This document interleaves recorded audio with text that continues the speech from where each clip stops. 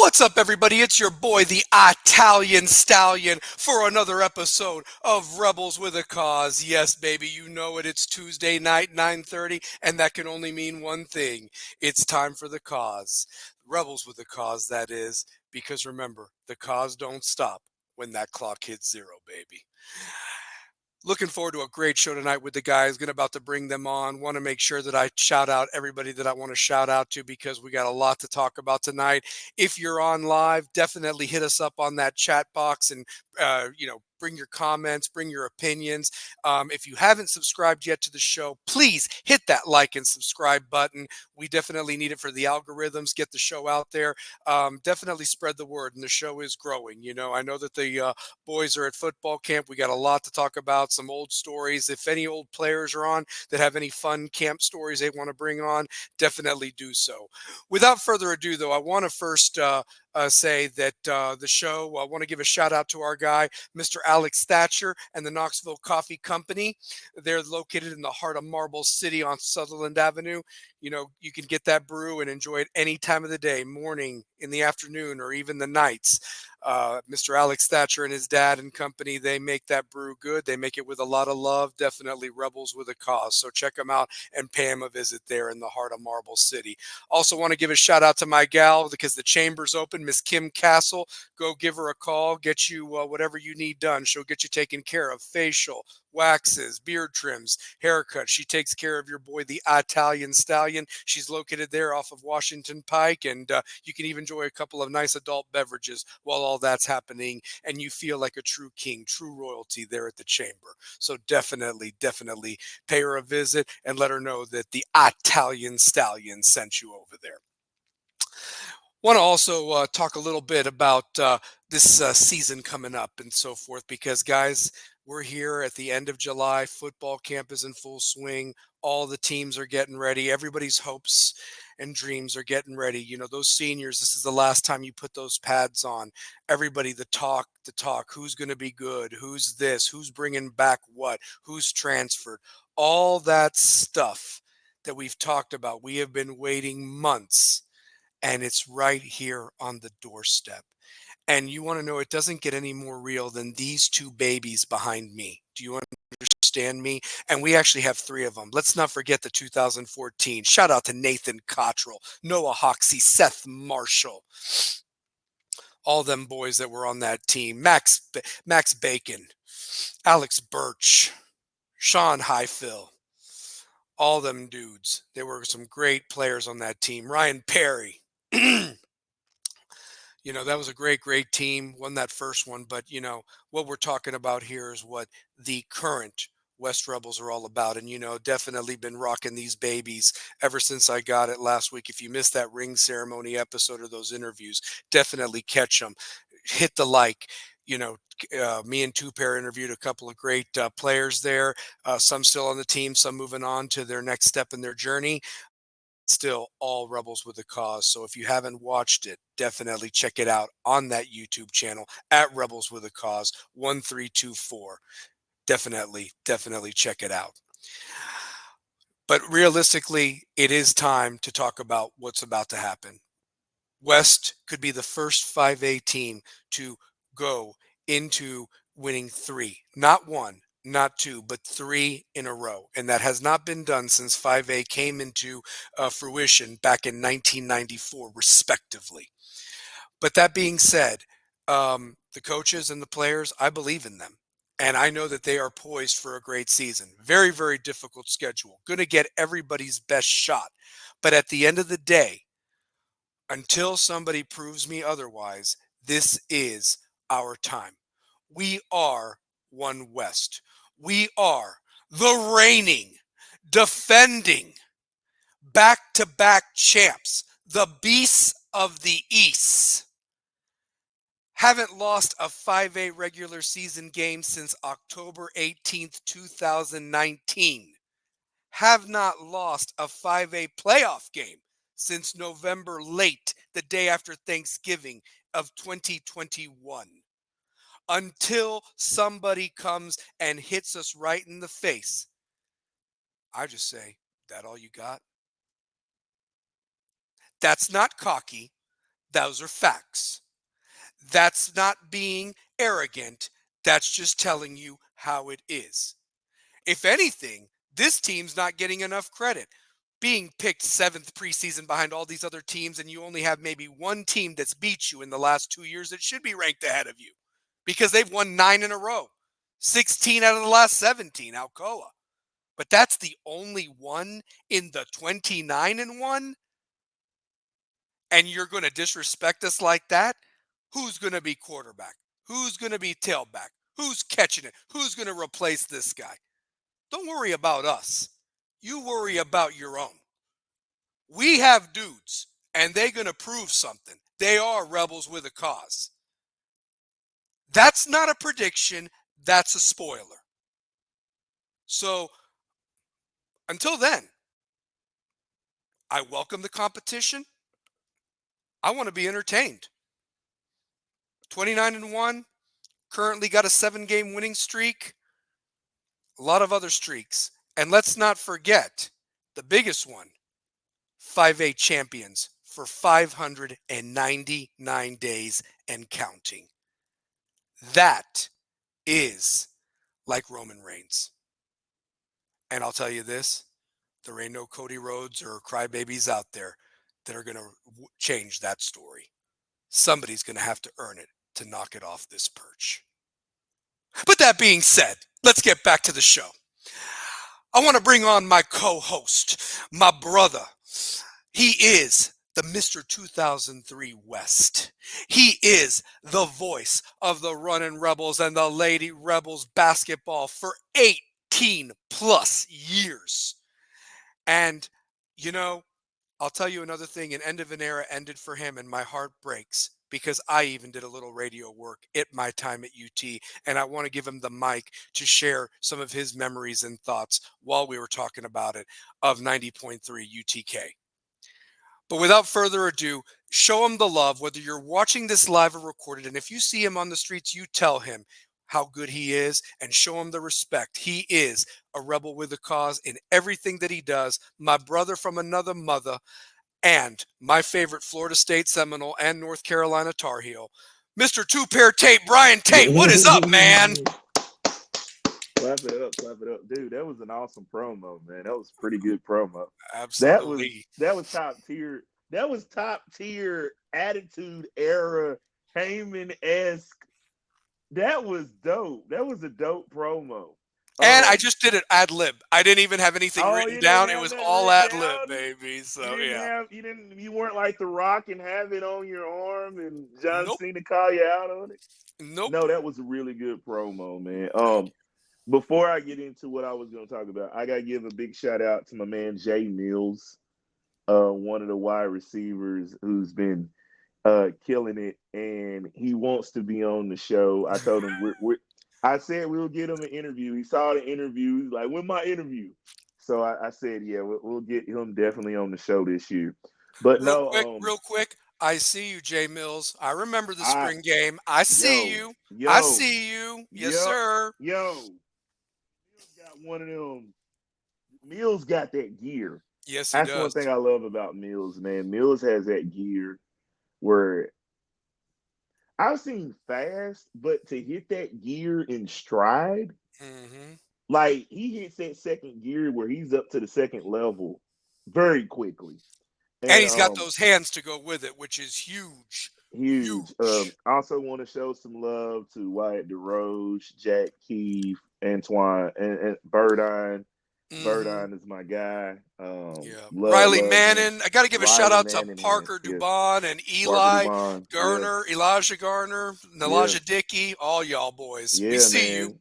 Yariq Cook. Number 13 with the glasses. The chef. Yep. Call him the chef because he stayed cooking. He was cooking gear. Yep. Yes, it was. Gear. But nah, man.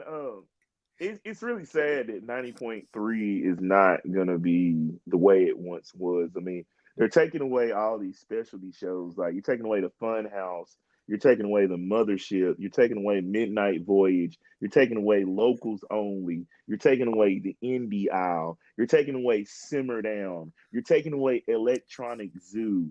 You're taking away Ye Alternative. You're taking away Anarchy and the WUTK.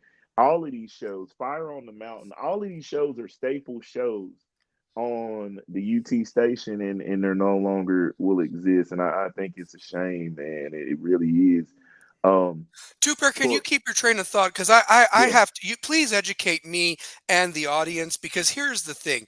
Yes, this mm, is Rebels with a Cause, but there are potentially former players like yourself, like yeah, me, that have pursued communications at the University of Tennessee, whether you pursued UTK The Rock or yeah. TVC, and TBC, everything yeah, like that yeah. and so forth. I guess my question is, why are they making such a drastic decision at this time?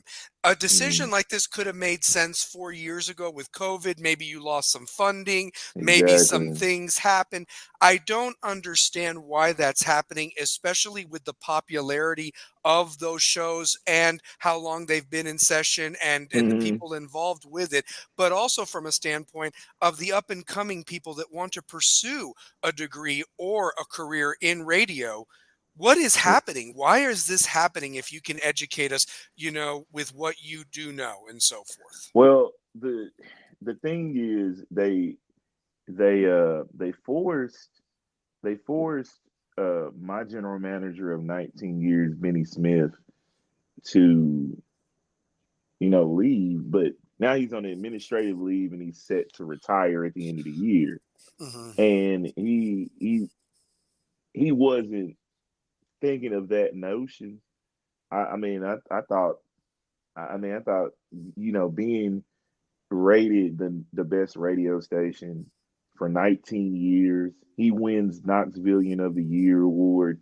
You think everything's kind of like set in place for him to enjoy his tenure, and it's just not the case with the university, and it's really a shame, to be honest with you, because nobody is more deserving of having that title than him as being the general manager. Like, uh, he's helped me see the world. Like, I've been to the Bahamas for spring break to host for Student City, uh, Acapulco, Cancun, Guadalajara, Cabo San Lucas. If I didn't come in touch with Benny and 90.3 FM, You I would have don't done get that. That doesn't happen. And he was that. very, And very however, and powerful. how many other young men in that Yeah, position like you experienced things exactly. like that that won't Got to announce for experience the that going University of forward? Tennessee. That won't go forward. I got to announce for the University of Tennessee You did because well. I was on radio, Yep, and you did and great. I appreciate that. But I've enjoyed my time, man. Like, I don't really have I don't have a bitter soul in my body. You know what I'm saying? Like, I don't hold any I don't hold any grudges, or I'm not mad at the situation. It's more so that we were coming up on 20 years of a show being on air, you know, and I was coming up on my 19th year doing radio, and it's a thing that I've done every Saturday and every Sunday while I've done this, while I've announced it West, and it's just it's a tough pill to swallow. Of You know what I course, mean? of It's course. like it's a lot of my life being, taken away. And it's a lot of other people's lives that have been taken away. I look at shows like I was in high school when the Funhouse started. Or no, I was either leaving high school, I was in college, and I Hmm. still remember the Funhouse. I remember listening to Stir the Pearl on Club 90 on Saturdays for the show that I do now. I remember listening to Stir the Pearl doing it on Saturday nights. It's just crazy to think that there's so much history there. Yeah, And the artists that I've interviewed, like, because of that station, I've interviewed Redman, Young Buck, Project Pat, Moneybag Yo, Devin the Dude, a lot of my favorite, you know what I'm saying, MCs. I've got Method Man. I've gotten a chance to talk to Big Boy. Um, a lot of my favorite rappers are because of that station and being able to break music, and Promote it's music just that probably too. promote music too. Yes. Yeah, Get man. get get the Yeah. local scene out there, these up Yes. and coming guys that are just putting their blood, sweat, and tears into their Mm-hmm. message and their work. It's not there anymore. I mean, this is Dove. just heartbreaking to see and hear. It is, man. It is like it's it's a shot, man. It's a shot in the arm. Like you just you feel like a lot of your life is taken away from you, and a thing that you were accustomed to doing on the regular. Like some some that was therapy for people. Yeah, that's what I was gonna You know say. what I mean? Like, this show is so special to you, to me, to Hmm. Shane O'Mac, and listen, I love hearing everybody wanting to be on the show, and let me tell you something, we ain't going anywhere. Just like this We're Weather not. football team, we ain't going nowhere, We ain't going okay? anywhere. And, No. uh, and the more endorsements and everything that we get, I mean, we don't do this for money. We do this for fun. We do this for the No, love. we I do mean, we do this. this, yeah, We this do is this because if we were in high school at this time, we would have wanted someone to do a show about our school. Like, mm, talk about that football team. Talk about mm, that basketball team, men's and women's. Talk mhm, about that lacrosse team that's gonna come. mm, Talk mm. about that baseball team, Talk about the girls' soccer team, Sonny soccer Trotter's team. girls. Yeah, You know so, what I'm yep, saying? Back in the day when Sonny Trotter was coaching, yep. like and that was one of the first sports I announced was girls soccer. I remember. I was up in the booth just sitting next to you one time, and you were just calling a game there that junior year, senior Calling year, the my game. year, so Yeah, yeah. calling soccer games, calling Jenny Singleton, little Jenny Singleton killing oh it out man, there. So was she she was not a good. great She was Jenny really good. Singleton's one of the best soccer players. Mary Trotter, Mary Rachel Trotter, Bass, Emily Audrey Hauser. Devine, Yeah, yeah. Audrey Audrey Huber. Hauser, Audrey Huber. Sorry, my bad. My Yeah, bad, so, Audrey Huber. yeah, Audrey Huber was a hell of a soccer player. yeah, Lindsay Stone, Shiva Parang, all my girls, they're very near and dear to my heart, yep. man. You know what I'm saying? Maggie Rose, Laura Eldridge, those girls were like, you know what I'm saying? Hmm. They were family. And doing this show has brought me closer to you guys. You know what I mean? Like we were already close because we were already in the same circles. Um, And we run I into each other here and there, a but now we lot see each other all the all the time. time. Yeah, Yeah. like seeing you at the ring ceremony and seeing you with those rings, and it just was such a cool thing to see. And interviewing players. Like if I was in school and if I was at West and this was happening, I would have loved to be a part of that. Oh my God, how Like could you to be a not? part of that. Yeah, for sure. You mean And what about yeah, the to be a picture part of that that. we got in with Coach and everybody's showing their rings? I mean, you didn't have one, but you're still in that picture, and that's going to Yeah. be hung up in the press box, like the very press box you called them girls' soccer games in. Like Hmm. that, that's pretty Yeah. special, like And honestly. and not enough kudos go to this administration team. Like um for Principal Speeds to allow us to do this, for um Mr. Romero. Romero, Paul Yeah. Romero, God, man. giving Yeah. putting this on the app to Hmm. where people can watch all the episodes through the app. Hmm. Um, just the amount of support like that we get from Coach Carruthers. And everybody knows how I feel about Coach Carruthers. He Me too. definitely had a huge impact in my life, for as through high school and then getting me through college and then post college and then what I'm saying, all the other stuff that I deal with. Like he's truly been he's truly been a I can't even think of the word. He's a true inspiration He's a every rebel day. with a cause. He's a He's a rebel rebel with with a a cause. cause. He is. But So yeah. when what I see, like what I see this administration team doing, and with what Paul Romero has done with this athletic department, I really feel like Paul is running this like I pray to God that a college does not call him, because Hmm. if he's a director of athletics at a college, you're gonna look for championships. The way he runs it, man, it's just Well, and the way that he's got administration gets it like promoted, I mean, the way that administration yes, gets promoted, you just lost two good ones to two two other good schools ones. that now they're the running the show, you know? And that's what Yeah, happens all the time. Look at the teachers we had. We've talked about it. Shane's talked about it. They yes, essentially run AJ now. I still yeah. call it AJ even though they're at the I still TVA call it towers. AJ too. But it's I still but call it they AJ run too. the show. Shout out to Mm. Coach Petco, you know. My guy, Shout that out was to my Shannon basketball Jackson, coach, Miss Jackson, you know. I mean, Miss they were Jackson. heading Shout up out to the Miss math Jackson. and Yeah, the English department, and they were our math and English teachers at West. I want people to yeah. think about that. They're calling the shots They're over calling the shots, everything. man. I mean, They're calling the goodness shots. gracious. So, yeah. They're So, calling the shots, we went to the and best school. West is we best, man. did. I'm sorry. So, it is. We So, did, yeah. man. And we'd be remiss if we didn't bring in our stat guy. Oh, we Like got to get him in here. Yeah. So, for when I sure. tell you, I've known this dude since sixth grade, and I seen this dude touch the ceiling in the health hallway. I said, this dude is a freakish athlete.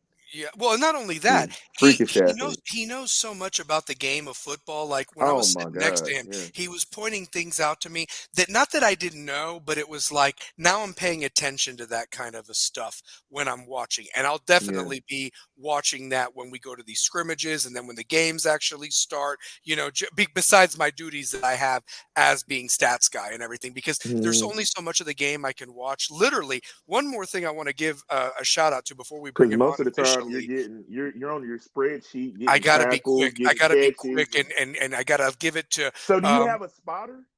I'm the spotter. I'm actually the Where's the spotter. Chris spotter? is actually putting it in the computer, but I have to yell it loud enough that Claybo says it over the microphone and does the PA and everything like that of who made the tackle, Got you. what yard Okay. line it is. I mean, have to be Okay. on it like that. So, yeah, Okay. So you're exactly. the spotter. I'm I the head didn't spotter. know that. I was Yeah. just like, well, okay, if you're the statistician, then But you're here's the other thing too. I'm gonna need a spotter for 2 games because, Chris is gonna be out, doing something with the family, and so mm, I'm gonna be on the machine doing the stats, so I'm gonna need a spotter those so 2 you're gonna weeks, need a and it's spotter. towards the end of the year. So, yeah, it's Oh, I think okay, the yeah. Halls and the Powell game at the end of the year on the I'm road. definitely sure So that somebody in the West oh, yeah. family No, I have is my buddy Will Tercios who helps out. He's okay. helped me in the past, who's Nalaja Dickey's big brother in the Big Brother Little Brother program. Shout out to Will.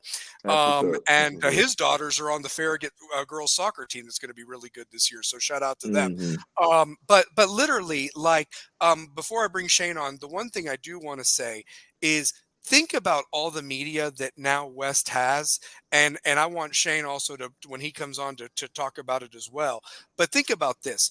How often was it that West might be the game of the week on radio? Because realistically, 99.1 has been Catholic football for almost 20 something years. Okay.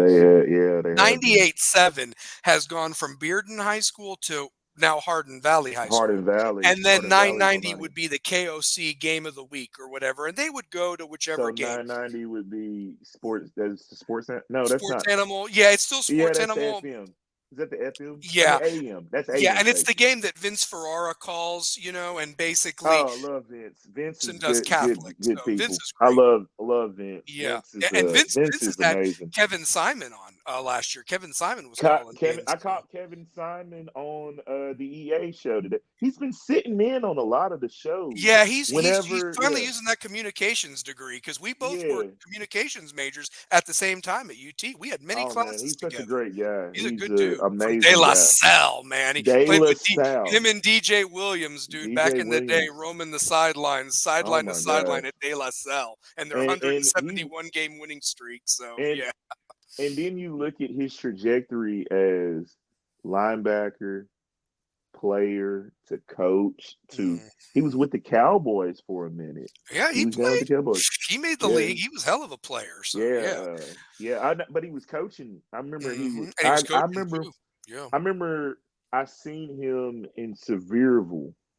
I remember I seen him in Sevierville, and he was. That's when he was coaching with Dallas. I want to say He may have coached with Atlanta as He well, might but have. I definitely know he coached in Dallas. I Yeah. definitely know he was Yeah. definitely in Dallas.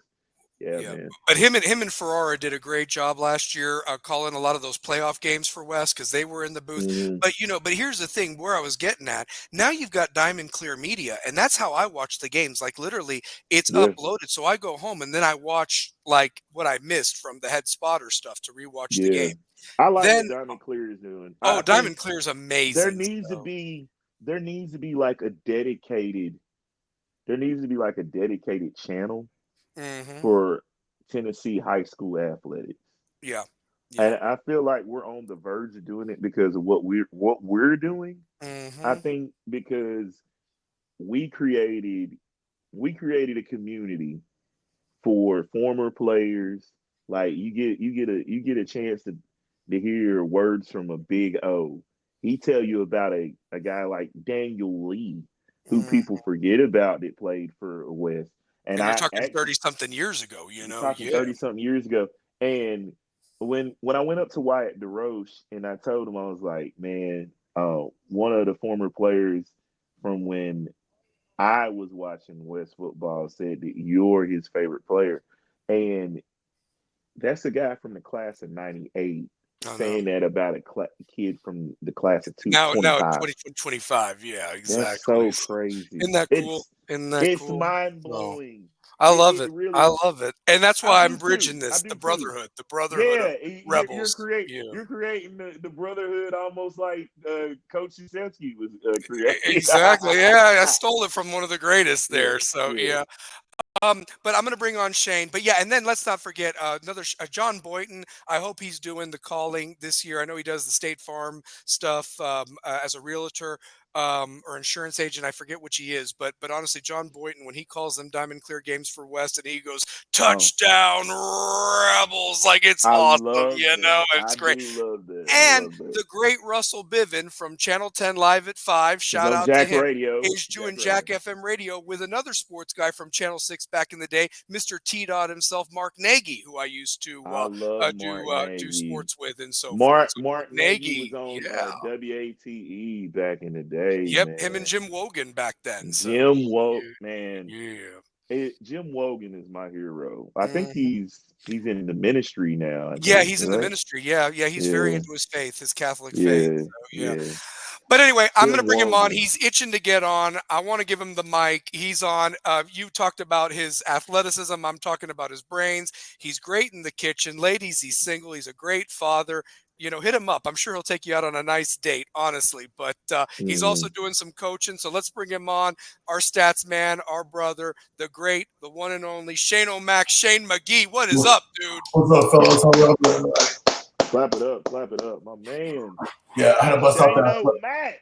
I had to bust out that athletic ability tonight. I had to be the scout team running back.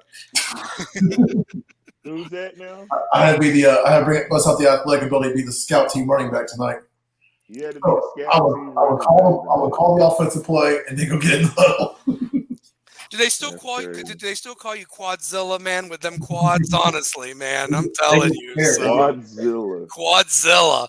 So shout out to my Quadzilla. guy Kerry Reeves, baby. Hello, fellas. Shout out to Russell Bivin and Yeah. Jack FM for the broadcast last year. Amen. Hey, Phenomenal. And you they'll be want to back this year know? too. Oh, I got to You want jump to in. know? You want to know if it was a big game, guys? This how I knew it was a big game. If Curry was working security at your game, Yeah, that you was knew it. how you knew it was a big game in Knoxville. Yes, Because sir. you can't forget Curry Reeves' face. He was at every big game. I'm talking about Christmas tournament. I'm hmm talking about Thanksgiving tournament. If it was a big game in the city, he was there. Like Yeah. I never did not see him. Like if I wasn't playing a sport, if I wasn't playing basketball, and I would go to a game, even when we graduated and we were in college, Curry was at every big game. hmm Man, he was at every big game. Yeah, and You know, I love seeing him every time, and you know what? He's always up there in the box getting ready because he runs the scoreboard, and he sees me, and you know what we do to each other? I'm right at the bottom, and we just look at each other, and we give each other that W. And That's it's just what's like, up. I'm here, we're here, we about Yeah. to run this, and we'll see what happens, honestly. So, Yeah, yes. man. Yeah. Curry's an underground legend, man. He's a Yes, he definite is. underground legend. If you've ever been at a big high school game, I did a lot of he did a lot of big games. I'm Mm-hmm. talking about like I can recall seeing him if it was a big game in the city Mm-hmm. Yeah. and he wasn't there, it wasn't a big game. It Yeah. wasn't a big game. He was there at every big game. Every big game I remember seeing Curry Reeves. Yeah, Yeah, man. no, I love talking with One of him. my favorite people, man. Great man, One of my great favorite guy, people. great I, guy. I love talking football I with gotta him. give a quick story where y'all talk about Simon filling in for EA. Yeah. I've known Simon for a couple of years now. His oldest son, well, I was coaching at Bearden back when he was in middle school, and they had just moved back into the area. Me, him, and another coach kind of got into a little heated argument one night because I want to say it was his son Kenny. Just got to practice, been there a week. He's like, "Why's my boy not on varsity? Like, he's got to learn the playbook." So like it turned into a heated debate. I'm sitting there like I'm literally arguing with a former NFL player and NFL scout right now, and no, I won't back down to anyone. But I was like, man, this might not work out too well for me. But me and him are close now. Like anytime we run into each other, it's nothing but love. Run into him at camps, run into him at games when he's doing the sports animal thing. Great dude, great kids. Great dude. I've met a lot of Tennessee players over the years, and he's one of my favorites. Yeah, He's yeah, no, definitely one of my he's favorites. awesome, and like I said, him and Kevin Burnett. Kevin Burnett's one of my favorites too. yeah, K2, yeah. Shout out to CJ Faden, Chris Hannon, Jonathan Wade, Gerald Riggs. All those guys were like a year before me. Mhm. And I had a lot of classes with those dudes back in the day. I did. Yeah. So yeah. I've got a lot of pictures. My kids got a lot of pictures with them from the camps they go to. Do you guys remember Amari Gaither? I do remember Amari Gaither. Yep. Man, another guy, Jason Hall. Oh yeah. Jason Hall. There was a ton of dudes back like I was taking summer school at UT before I think it was pre-college Upward Bound, where I got to take summer school and you got to stay in the dorms and everything. And I met all those guys as they were in summer school for football. Like that's how I met Chris Hannon. And Chris Hannon, Brett Smith. I remember Brett Smith. Brett Smith was an underrated receiver. I'm telling you. God. So, Brett Smith, Jason Swain. Well, I knew Meacham. Yeah, Meacham. Meach was a beast. Yeah, he was. Meach was a beast. Man, there was one year my mom made friends with this dude who worked at the liquor store on top of Beard Hill. His roommate was Jamal Lewis. Wow. So my mom, not telling me any of this at first, was like, so I'm sitting in my room. She convinces him to invite Jamal over. And I'm sitting in my room. Oh, Shane, get your living room right now. What did I do now? Walk in there, there's Jamal Lewis standing in my living room. I'm like, oh my God. Man, seeing Jamal Lewis back in high school or middle school or seeing like the likes of Deion Grant, that's one thing I loved about the Boys and Girls Club of Greater Tennessee Valley.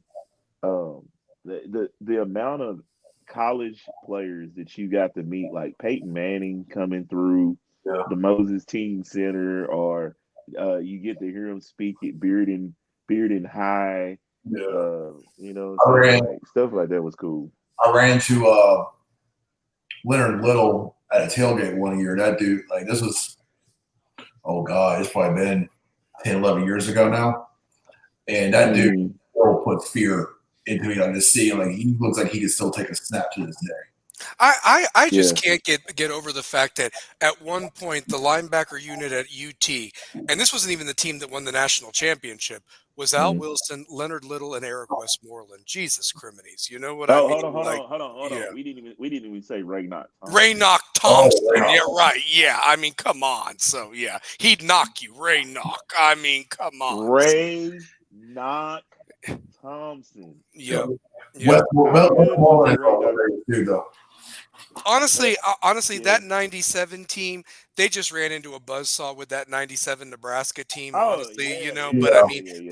but damn, that Tennessee Yeah. team was good too with That Peyton and team all was them. They good, were really but good. So but yeah, what people fail to realize about that Tennessee team is Peyton was playing with juniors and sophomores. hmm He wasn't playing with seniors and juniors. What T was playing, T was playing with seniors and juniors. he was. And T was a junior himself. And that's So why you saw the drop off in 2000 when they really didn't know if they were going to go Suggs or Joey Matthews or Casey Clausen. Like if you mhm. think about that, that was a very young team, but you saw how good they were in 2001, 2002, kind of two, right there, Yeah. where 2000, they fell 2001 short. and two They fell were short, the against LSU, and they LSU. yeah, It, yeah. if So they beat LSU, they see Miami. Miami wins it still, yeah, but but it still would have been fun. That was Miami a game, would though. have given. They would have gave Miami a better game than Nebraska. Oh my God, that Nebraska game was wasn't over going in to the give first Miami. quarter. That game was over in Ne- the first quarter. So shoot. Nebraska was not going to give. Miami was the actually Miami was the best team in college football 2 years in a row. We Yeah. just don't want to. They just don't want to admit it because Oklahoma beats a Florida State team that shouldn't have been there. That's right. That's right. So And and then a I'm so flag, and then a flag. I'm not saying Miami 2002 was all world, but a flag pretty much. flag. Yeah, I mean, that's 3 fireworks were titles. going off, and That and it's like you got to get your helmet back on and play. I mean, come on. So yeah, yeah, I mean, Miami definitely should have won three in that. They had no business playing Florida in the Sugar Bowl. mm-mm. That was I'm sorry, that wasn't a matchup I was wanting to see because I knew the outcome. I even told you when Miami beat Florida State, Mm-hmm. In wide right I three. Yep. said I said Miami is the best team in college football. Yep. I said I didn't get mad at you. I didn't No. say No. I was like we had an understanding and We did. like And you I had don't kicked hate our butts Miami. 5 years in a row prior to that game. I mean, But so I seriously. So don't yeah. hate Miami at all. I Mm-mm. Oh, I know you actually don't. I know you don't. I love both kind of equally. Because dude, some of my favorite players of college football have played for Miami. You know what I'm saying? Ray Lewis, Ed Reed. I sent you the. You I sent me used the to get Willis that. McGahee thing. That Willis McGahee picture Yeah, was with the I sent you visor. the Ed Oh my Reed. God, that was But solid. Ned do Reed, yeah. you? But yeah, so there's a Facebook group. There's a Facebook group on Facebook, and it's called Ghost Of the uh, Orange Bowl, of the yes, Orange Bowl, yes, a right? great group, I yes. love it because you see where the guys went to school. How many people knew that Ed Reed was from Louisiana? If you're not a Miami fan, Yeah, I if you're did. not a Larry did because Miami Larry's fan, from Louisiana too. Yes, exactly. And right? though he was a two-star, he was a 2 or 3 star guy. He was a So that guy, that yes, guy, yes, that yeah, guy. because He he was was everywhere on the undersized. field. But Butch identified him. That's the talent. That's how Butch identified the talent. He But also got Reggie Wayne out of Louisiana yeah, too to go to Miami. So but yeah. what I like about that is he a Miami guy or is he a U guy? Yeah, There's a exactly. difference. There is a difference. There There's a is a difference. difference. Yeah, There's a yeah, huge difference, yeah. and that's like, is he a West guy or is he a rebel Is he a guy? rebel guy? Is he a Exactly. rebel That's guy? true. That's true. Yeah, I'm yeah, going to throw this out there real quick, Shane. You brought something up. Yes, Tennessee definitely would have given a better game in the Rose Bowl to Miami than, say, Nebraska. Absolutely. I'm yeah. going to throw this out there, too. A lot Mm-hmm. of people I remember were just like, how the hell did Tennessee lose to LSU, that LSU team? Because if you think about it, Yeah, Rohan Davey got hurt. and also LeBrandon Tofield. Tofield got hurt Tofield. too. So they were really with a backup in Matt Mock, and they had a backup in Dominic Davis, who wasn't a bad little back as well. But you know No, where the he played difference in the was? NFL. He played in the NFL. Here's what people need to go do. Because I went back and I was like, I watched the game. It took me years to get over being a Tennessee guy too. And I was like, but I went back and I watched it and I go, how the hell did they lose this game? And realistically, just look no further than who was on Saban's coaching staff for that LSU team. Because 2 years later, they're winning a split of the national championship with USC, beating Oklahoma in the Sugar Bowl. And on that staff, in a virtual home game. Exactly. Yeah. And on that staff was, Kirby Smart.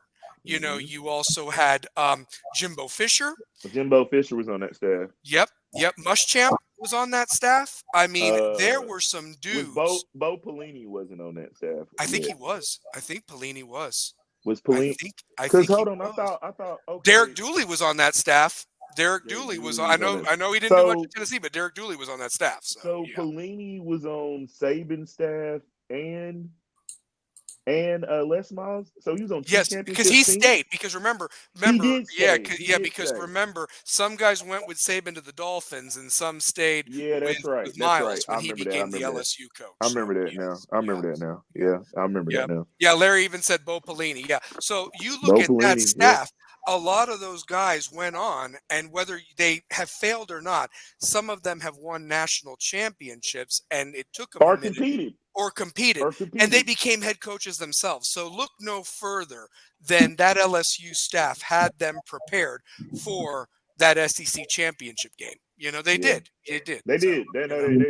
You at OC, you had Muschamp at linebackers. I mean, listen to this. It's sick. Let's see. Now I'll talk about Derek Dooley, but he was coaching tight ends. Let's see. Let's go through the whole staff real quick. Jimbo, go ahead.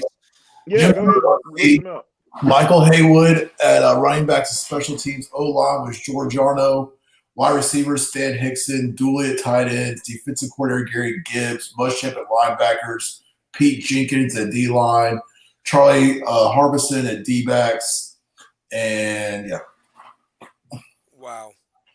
I mean, it was a sick group. It was sick. It was a sick group. Look at the careers most of those guys have had since. Yeah. I mean, that was a sick group. Derek Dooley was a cheap tipper at the Mouse's Ear, according to one of my friends that worked there. But anyway, so my cousin played for him. But my cousin also said I can't even believe he was there. Wow. Oh, he showed up. He showed up, and he was a cheap tipper. That's what they said. So about him at the Mouse's Ear. So my cousin played for Dooley. That's about right. Dooley over Butch Jones. That's about right. He probably walked in with them damn orange pants too, and looked like a fool walking out. So with his stool on the sideline. Exactly. So, but guys, let's talk about this. I want to get into it because the theme of this show. And here we are 42 minutes in finally talking about it, but I love it anyway. And I love the chat box. Shout out to Carrie. Shout out to Larry Frank. Shout out to anybody. Please come out there and say something, please. But West Rebel football, we're going to talk about it. I had a heck of a promo at the beginning of the show. Thank you for that, for that love, two-pair, with my Paul Heyman-esque promo. So if you missed it, definitely go back and watch it. That was class. I was like, this is kind of Paul Heyman. You know what? You need to clip it. You need to clip it and share it on IG and Twitter or whatever. I'm clipping that one. I'm going to clip it like later on tonight, and you can send it to you early in the morning. Absolutely. That was funny as hell. It was, yeah, but it was a lot of facts being spitted there. But here's the thing, and Shane, I want you to talk about this too because things have changed from when we played. We used to love to go away to football camp. Our moms and dads would wish us well. We got there real early in the damn morning and we left. And, you made sure that you had your stuff. I mean, you had to have your pads. You had to have like a nice bag. You had to have your own snacks.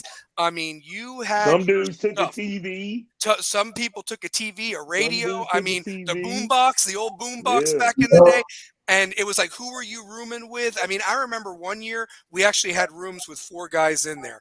There was one year where it was like Like think Full Metal Jacket with the barracks, and the Yeah. cots and everything in the bunk beds. Like that's what we had. And LMU. LMU, LMU, Heritage. there was LMU, and then there was the place down in Cleveland.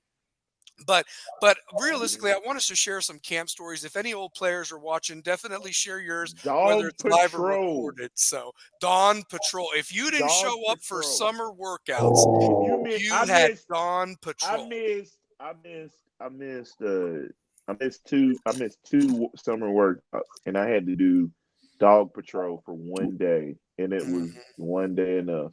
Do you know how I got out of Dawn Patrol, by the way? So I missed a couple summer workouts. And Coach Mm, Rogers was this is probably the only decent thing Coach Rogers ever did for me. He said, "Okay, Free Daddy, I want you to show up on Saturday before we go to football camp, and I want you to clean up the stadium. I want you to pick up every piece of trash, every piece of litter. If there's mm. dirt that needs to be moved and mulch, I want you to do it." So I showed up with gloves and everything, and I worked for 4 or 5 hours and made that stadium look pretty. Picked up trash by the track, all that stuff. And I basically got out of Dawn Patrol. And let me tell you this, I'm glad I did it because I heard horror stories and nightmares about Dawn Patrol. Man, that So, man yeah, Spencer Davis, my freshman year, did Dog Patrol every day. oh. Spencer Davis did sucks. Dog Patrol. You had to get up So at like I'm what, gonna tell you 5:15 in the morning or something five. like that? No, Or no, no, no. 5 in the morning. uh-huh. You had to do bird crawls. You had to do high knees. You had to do the 100. You had to do the 100 10 times. Now remember, we're in 2 a days. We are in 2 a days.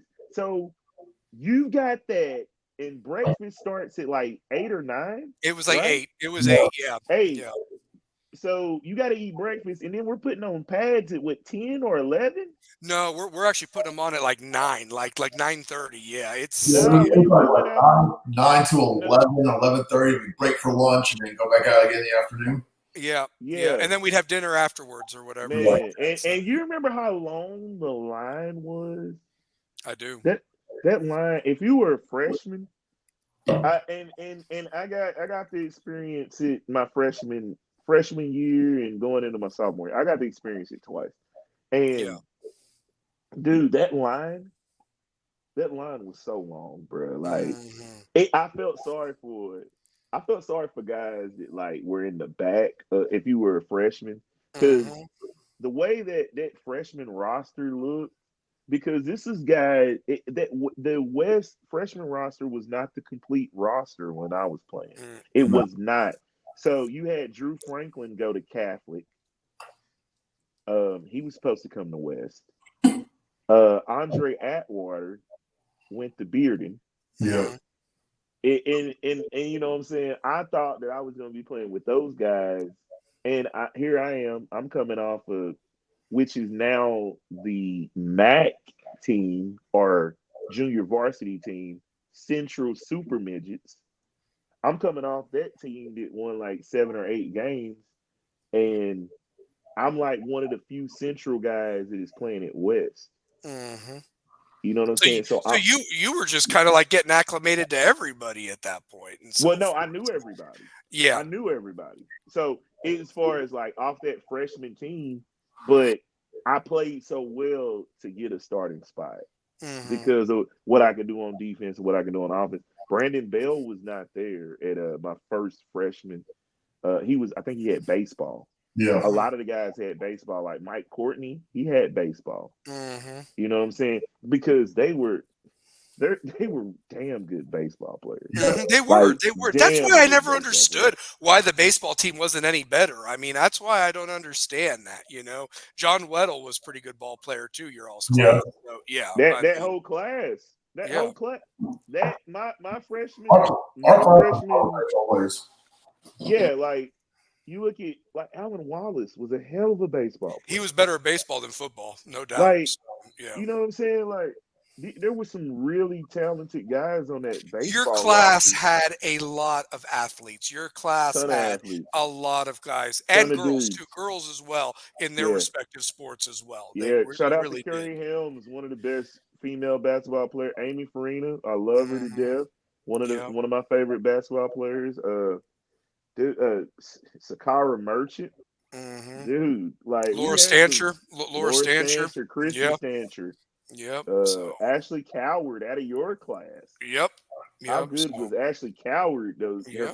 her freshman, sophomore, and junior year. Yep. Yeah. No, I mean that's what I'm saying. Like that's what always just it just always seemed like we had the players, and I would just love to if you took that whole group and put them now, us now, with what the resources that these kids have and the administration and everything. I mean, I think that we're right there doing great things as well. Honestly, I But really you know, believe that. all the players when we were in school, and I want to credit the kids now because all of the best players that were walking in school didn't play football. Mm-mm, Like they didn't. there were some guys that should have been playing football as opposed to playing basketball primarily. Because Wes, at when we were in school, I'm a basketball player playing football. I'm not a football player that plays basketball. Hmm. You know what I'm saying? There's a Yep, difference there is a difference. because I figure if I don't commit fully to football, I have a chance to play on the basketball team. That's how it kind of was back then. You didn't see a lot of dual guys. Like if if Alton played football, yeah, he's playing basketball. But that junior year, where if he's a starting quarterback, he's playing football and he's playing basketball. If he's not getting a starting job, he's not playing football. Not Yeah, gonna it's waste true. his time. It's true. It's true. Not Well, He's and not the gonna other waste thing, his time. well, and going He's back not to gonna that get line, yeah, because he y- got hurt. yeah, Remember, exactly. he got hurt. He did get hurt. He did get hurt. That And also think about this too. You talk about that food line. I mean, I was that first. Oh man, they got this, they got that, and then you're puking on the sidelines, and it's like, you know what? I'm staying away from that the next day or what have you, Yeah, or not having as much for lunch because realistically, I think a lot of us did good at dinner time because we yeah, needed that, yeah. just to Dinner get ready time for was the next great. day. Dinner yeah, time that usually. sounds Dinner amazing. time, but here's the thing. Back then, I wasn't eating heavy if I got to go right back on the field. Yeah, So it was more so salads, pasta. They had always had pasta. they had carbs So for us. Yeah, Yeah. Hmm. yeah, I was pasta salad. I didn't really, just want to stay hydrated the Yeah. whole time. Oh, and that Want was to the stay other thing too. hydrated. You always had to drink, like we were always drinking water on those breaks, like even if we were outside, because that one camp that we went to down in Cleveland, and a lot of my stories come from that camp. And, rest in peace, Jason Day, rest in peace, Tim Thomas. I mean, I think that was the biggest laughs I ever had. I mean, here, I'm going to start off with a story. So I don't know if you guys had to Was do that this. your junior year? That was their senior year, my junior year. Junior Okay. year. All right. Okay. So that would have been your all sophomore year. But I don't know if you guys had to do this or not, but I had to because I had just joined the team. So basically, you had to do a skit and they'd Mm-hmm. throw bottles at you. They would throw bottles at you empty. They oh, had Plastic to be bottles. empty. Yes. Empty plastic Yes, bottles. and you Oh had to man. entertain and it was like you and a couple of guys had to do a skit, and here's the thing, whether it was good or not, you got bottles thrown at you, so, that's what it was, oh, and there and the was one seniors. year. There was one year. One of the freshmen. He might have been a sophomore. I can't remember. But it's his first camp. So if it's your first camp, you've got to skit. Yes, and it was my first camp, so I So had to do a skit, he, and it was he, me. he begged and pleaded with me. He's like, I need you for this skit.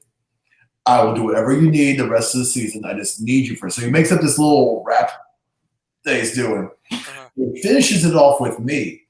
Because when I would run, I just had he said I looked like the water boy because I just would hit people with so much aggression. yeah, And he's like, Shane looks like the water boy. So I ran with it. I come running out of the hallway, full speed, linoleum floor, and lay his ass out. And he's about to get booed by the whole team. yeah. Everybody's ready to start throwing bottles, and all I hear is boom, straight into him, knocked him flying through the room, and all I hear is this amazing uproar because nobody saw it coming. And let me guess, he didn't have to do dawn patrol the next day because that was the other thing. If your skit sucked, you Yeah, got dawn patrol the next You day. got dog, man. So Dog patrol. Let me tell you this, man. I'm gonna say this for if you don't understand Dog Patrol changes your life Does. because it teaches you to be accountable. Hmm. And that's why I say like Dog Patrol was important and vital. And I'm glad that of all people, you know what I'm saying, it was Coach Hmm. Rogers. It made that team, that 99 team, they became a better football team. Oh, I'm not without a gonna doubt, lie. without a doubt. Not gonna Yeah, lie. and the That 2000 99 team, if it team, hadn't been for the injuries, would have been just as good too. We talked about that as well when we interviewed Troy and Michael and all them. Um, but to that skit. So me and Drew Nelson did a skit together, and we reenacted a scene from Scary Movie. It would have been considered a little homo, Drew just to just say Nelson. Drew Nelson and me did the skit together. But here's the thing: Drew as Nelson played yeah, football. he did that year. He did. He did that year. He was a sophomore, and and that was his first skit. I love Drew Nelson. Yeah, Was Drew that Matt Nelson. Nelson's brother, right? Yep, Not that was Matt Matt Yeah, Nelson. Nelson's brother. Yep, yeah. and so Drew totaled my car first day junior year. so He had that lifted K5 Blazer. I'm driving up. Evan Landers is in front of me. I'm in the middle. Drew's behind me. We're at that light right there next to Western Plaza. I look at my rear view, and all I see is Drew doing about 60 down that stretch of Kingston Pike. Right into my car. Totaled it right then and there. oh my God, wow. Wow, I didn't know that story. So, but anyway, so Drew and me did a skit from Scary Movie. We got bottles thrown at us, but literally the seniors laughed at it. They said they don't get Dawn Patrol, so Mm. we're off to the side. The next skit was Landon Wilson, Brandon Bell, and I forget who the third guy was. And literally, dude, they're doing some dances. I mean, they're showing their butt cheeks. It is the funniest thing. They got like their shirts tied up like fake bras. They're shaking like this. They get out of Dawn Patrol. The next skit is the best of all of them. So it's Frank Shelton Oh and a God, couple of other guys. Frankie. So Frank had befriended one of the church girls there that was serving us in the lunch line, Of and course he he did. was needed. So this is a true story. Frank Shelton literally goes to them and says, "Listen, I don't have a skit idea, and we have to come up with something tonight." And blah blah blah.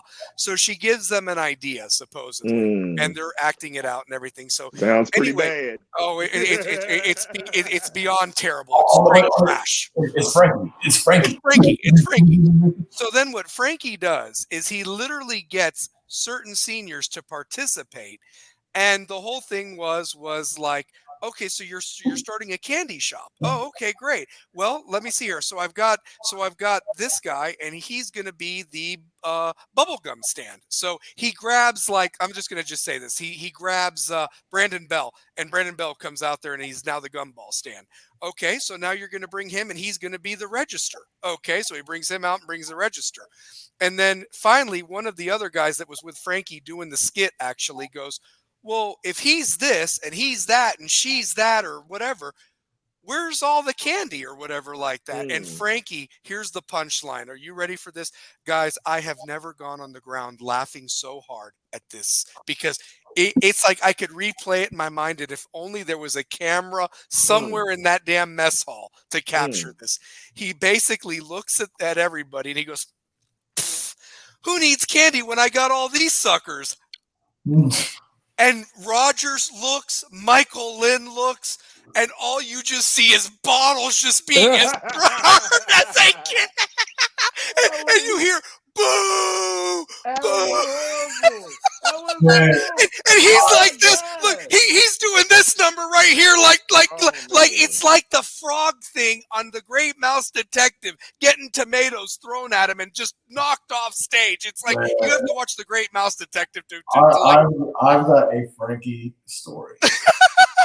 And you know what they said? And here's the best thing, Shane. Keep your train of thought. So then at the end, Rogers looks at everybody and says, "Okay, do they get Dawn Patrol or not? Michael Lynn and Jason Day stand up so fast before he even says it. He had Dawn Patrol on top of it. So not only was it a stupid skit, it made me laugh, and I'm still talking about it 20-something years later. They got bottles thrown at them as hard as they could, fell down, and then still ended up doing Dawn Patrol. That is the foursome right there. Tell your story, Shane. Go ahead. Y'all remember Funscape? Oh. Dude, we could do a whole show about Funscape. Keep going. So, yeah. Oh, man. We're on like the second or third level, and he's talking to this girl. He's trying to dance with her. He has no clue what he's doing. And I walk up there. I'm like, hey, what's up? He's like, man, I don't know how to dance with this girl. And I was like, so I just grab the girl, start grinding with her and everything. And his jaw just drops. He's like, I like her. What the? The next week, he's like, so I'm you that girl. Like, he sees me like 4 or 5 different girls that night. He's like, how do you do it? I was like, it's just me. He was so pissed at me that he would not talk to me the rest of the year. It's something about him that was really interesting. Do you know that he spoke Spanish, but I don't even think he was like, maybe he had Spanish heritage in him. I mean, I know I do, but he knew Spanish, and he sometimes got this thought that just spitting some Spanish out would like get girls. Like, yeah. I don't know why he thought that. I don't know, but I think he did that night, and I'm sitting there like, dude, like, you gotta talk to them like. They don't understand what the hell you're saying. Like, just talk to them. You're not Don Juan DeMarco, dude. You ain't Casanova. None of that shit you watch on TV, okay? Yeah. So, come on. He would get so pissed off. Like, he'd just see me, like, go from a girl to girl to girl. And he'd be like, it's like, I didn't know this side of you. I'm like, yeah, like, you should see the girls that I know from my church. You want to know something? In a way, Frankie reminded me of that guy off of Superbad that would wear that shirt, you know, that like he thought that was the shirt that would do it. Well, he was a mixture of McLovin and freaking what's his name, Jonah Hill or whatever Jonah Hill's character was. Like he just like had that shirt that he thought that would be the chick magnet or whatever. Even if it had a ketchup stain on it, he would wear it all the time, man. Frankie Shelton. So, Frankie and then I swear, I think it was Jason Day, rest in peace. But I remember somebody like power bombed his ass off that dock in that lake at that same camp. I mean, a different day, Frankie got the crap whipped out of him by somebody. Somebody threw like a deck of cards at him and it hit him in the eye. And Channing McDonald had to check like his eye to make sure it was still there and didn't get like knocked out or something. Like they just always found a way to like beat the hell out of that guy sometimes. Man, Frankie. Y'all remember he was a punching bag, man. He was, man. Nobody, man. Y'all remember and he gave effort. Like he did. He gave effort. But guys, look, because we have a state championship winning team, you lift up guys like Frankie Shelton. Like Frankie Shelton then becomes a beast on that offensive line or defensive line because you know what? He's taking what is said amongst his teammates as fire on the field. You can reverse that real quick. And it's like at that time, we didn't understand that could make guys better. You know what I'm saying? We didn't understand it because now that's why if you are that character on the team, like for every James Freeman, there's a Shane McGee. For every Brian Tate, there's a Jason Day. For every Avery Boss Graves, there's a Doug Madison. For every, Corey Young, there's a Hootie Henderson. For every Larry Williford locking you down on corner, there's a Michael Courtney. There's one for every one. But if there's a Justin Jackson, there's a DeBrian Bernardo right behind it. You know what I'm saying? Like, But then you have Frankie, and then you had Frankie. But, I'll tell you this about Frankie. He did actually have some cardio because, he played soccer. People don't remember that. He actually played soccer, and he had to run all that stuff. Coach Gahn used to run them boys like anything. And Frankie, as slow as he was, he never stopped. He was chugging along. So he had some stamina. I'll give him that. Go ahead, Shane. So, the one dude I remember. I don't think he ever did anything. Raymond Ray. Ray was, let me tell you something. You talk about a super fan of West. I don't know whatever happened to Ray. He used to go to all the games. I know they lived across the street next to the car wash. Yeah. Yes. Yeah. And he still lived there. And his mom used to work at James Food Mart. She used to actually ring us up all them hot dogs we'd get on JV days that we didn't have meals provided for us. Yeah, she stole me my first box of condoms. Hey, let me tell you this. Whoa. I remember where I was, where I bought mine. It's now a Marco's Pizza, but it used to be the Weigels by Bluegrass Elementary School. I went in there and bought mine.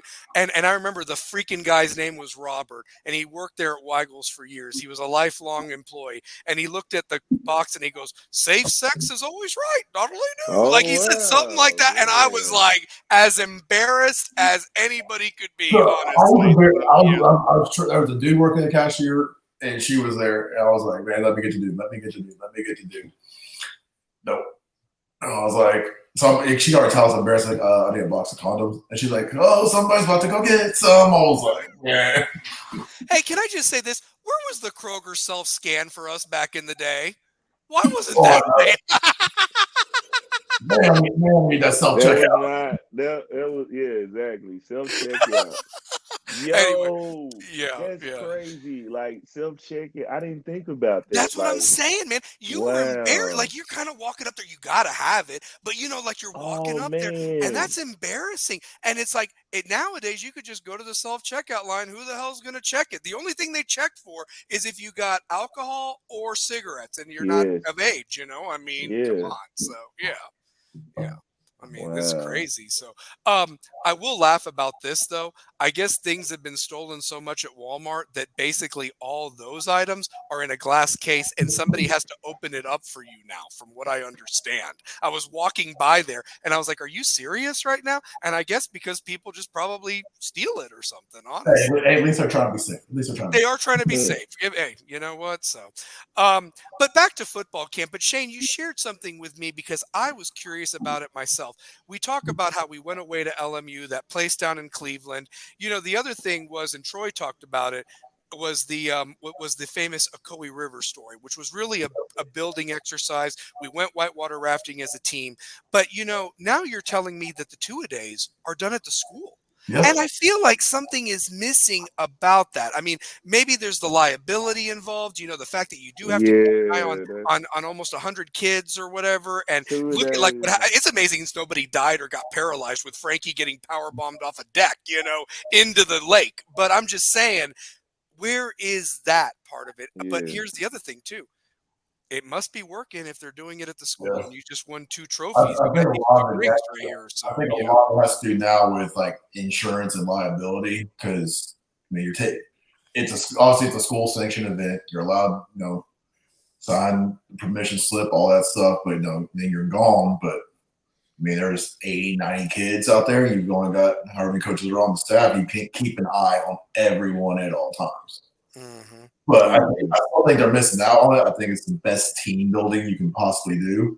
The trips, like I see now, like I'll be on Twitter or I'll see some of the other teams like, "Oh, we canceled practice today, and we went to the movie theater, or we went and we played kickball, or we ran out of the pool, and the whole team's over there." Like that's cool, all, but like you want those trips where you're away from everything, and your brothers, and you build those relationships. Yeah, no, for sure. I mean, let me just tell you this. I remember one night practice, by the way. I mean, Rogers was so pissed at our effort or what have you that literally they parked the 2 buses and anybody's car that brought their own cars and didn't want to ride the bus, and they put them literally like in a row. And we didn't have football lights out there in the field. Yeah. The headlights were the lights. Yep. And they were making us practice, because they just didn't like our effort or whatever throughout the day. And he kept us there late. I remember he did. And you got to think it must have been late enough because in summertime, it don't get dark till 9 o'clock. And for the damn headlights of cars and buses to be going, it was late, everybody's doing camp right now. I've got practice going on right now. We end at 9 o'clock, and I still got daylight outside. You still got daylight. I mean, you're going that late. You're talking 9:30, 10. Yes, and he was mad, and he did it, and it was cool. But leading up to it, one of my favorite things was we must have had dinner earlier that day because Coach Witt, God love Coach Witt. Shout out to Walt Witt and his dad. His dad had beans. We must have had baked beans. And literally, before every play, he was like, "All right, everybody, line up." He was standing there with his arms crossed, and he would crouch and rip one. Honestly, every time. Do you remember that, Shane? And I've never laughed so hard at something. I mean, he ripped them all the time during that practice. Thank God we were outside, not in a closed space. But I mean, he was just tooting away with all them beans. And every time he'd say, "Oh, those damn beans. Oh my God." I mean, he would literally do that every time. And that night practice, between his farting, that night practice, that stands out to me a lot. That practice in particularly, One of just the things that because stands of out the to way me, I they. think what brought all the seniors together from my class was it was the last day of camp. The moms had brought up a whole bunch of watermelons for everybody. Mhm. Nobody ate the watermelons. We had a full-on watermelon fight. Oh no, that sounds fun. We That sounds fun. are hurling them at each other. Like, surprisingly, nobody got hurt. It was just, and there's a picture in the senior yearbook from our year where all of us covered in watermelon juice and like holding on and like is that memory sticks in my head still. Like, was it there was one year, I think it was my last year I coached in middle school before I went back to do it now. And they brought watermelons out for all the kids, and I'm sitting there like, man, y'all don't know what we used to do. That's awesome. It was like our last practice before the season started for our jamboree and everything. Yeah. Well, and here's the thing. I'm not knocking what the kids are doing now because, like I said, keep doing your thing, win these championships, win the games, do your thing, represent the school. I just think that these stories that I've been telling tonight, and anybody else that has any stories that they want to share on the chat box or anything like that from their football camps, those were memories you can't take away from us. Like that. That's why Jason Day and Tim Thomas, even though they've passed on, and may they both rest in peace. Literally, I swear, I just think to myself, those guys, their stories, their laughs, their jokes live on forever. You Like remember? for me, and I will tell those stories. Y'all remember Big Joe Slack? Oh my God, I remember Big Old Joe. Oh my big If Joe. that boy got moving, he Yeah. could move. But we were at camp one year. It was when we had two to a room. It was me and Justin Batista. And he picks me up, throws me over his back, and slammed me on my bed. Oh my gosh. Broke my bed in half. I was probably weighing maybe like 170, 180. And I was like, I'm never messing with Joe again, but I'm going to run behind his ass. Hey, you want to know something? Shout out to him and Preston Minot. That was the starting defensive tackles in the 2003 season. By the way, they were. That was a hell of a defensive Joe tackle. weighed every bit of 400 pounds. Oh yeah, he was huge. So yeah. Hey man, Preston. It's funny you say Preston Minot. Big shout out to Black Famous Tees. Yes. .com. Put up, we got to shout out blackfamoustees.com. Preston, hey, we need a whole bunch of Rebel with a Cause t-shirt cartoon characters of Shane O'Mac and the one and only Stallion. Shout out to Would he do it? I mean, I'm friends with him, but like he don't get on Facebook that much. Black Famous Tees. Shout out, hey. Man. Put it up, blackfamoustees.com. Man, they're back when my son was about. Do I spell it out? Black Famous Tees? Blackfamoustees.com. Back when my son. TEES or just TS? TES, yeah. TES, okay. Yeah, shout out to back when my son was little. He was doing actually custom artwork. Like you could order something like put your kid in there with a bunch of superheroes. Right. He did a canvas one of my son with the Ninja Turtles. I still have that to this day. That's awesome. I love Preston. Preston was always a good dude, man. Always a good dude. So. Yeah, he did. I reached back out to him. I was like, man, thanks for that that picture you did for my son. He's like, man, I didn't realize that was you. I was like, dude, we've known each other since elementary school. That's funny. Hey, But you know who was a character of that camp also as a freshman, by the way, that really stood out. And you talk about, man, was Frankie the walking punching bag? Not only was it the seniors picking on him, he had freshmen freaking dogging him.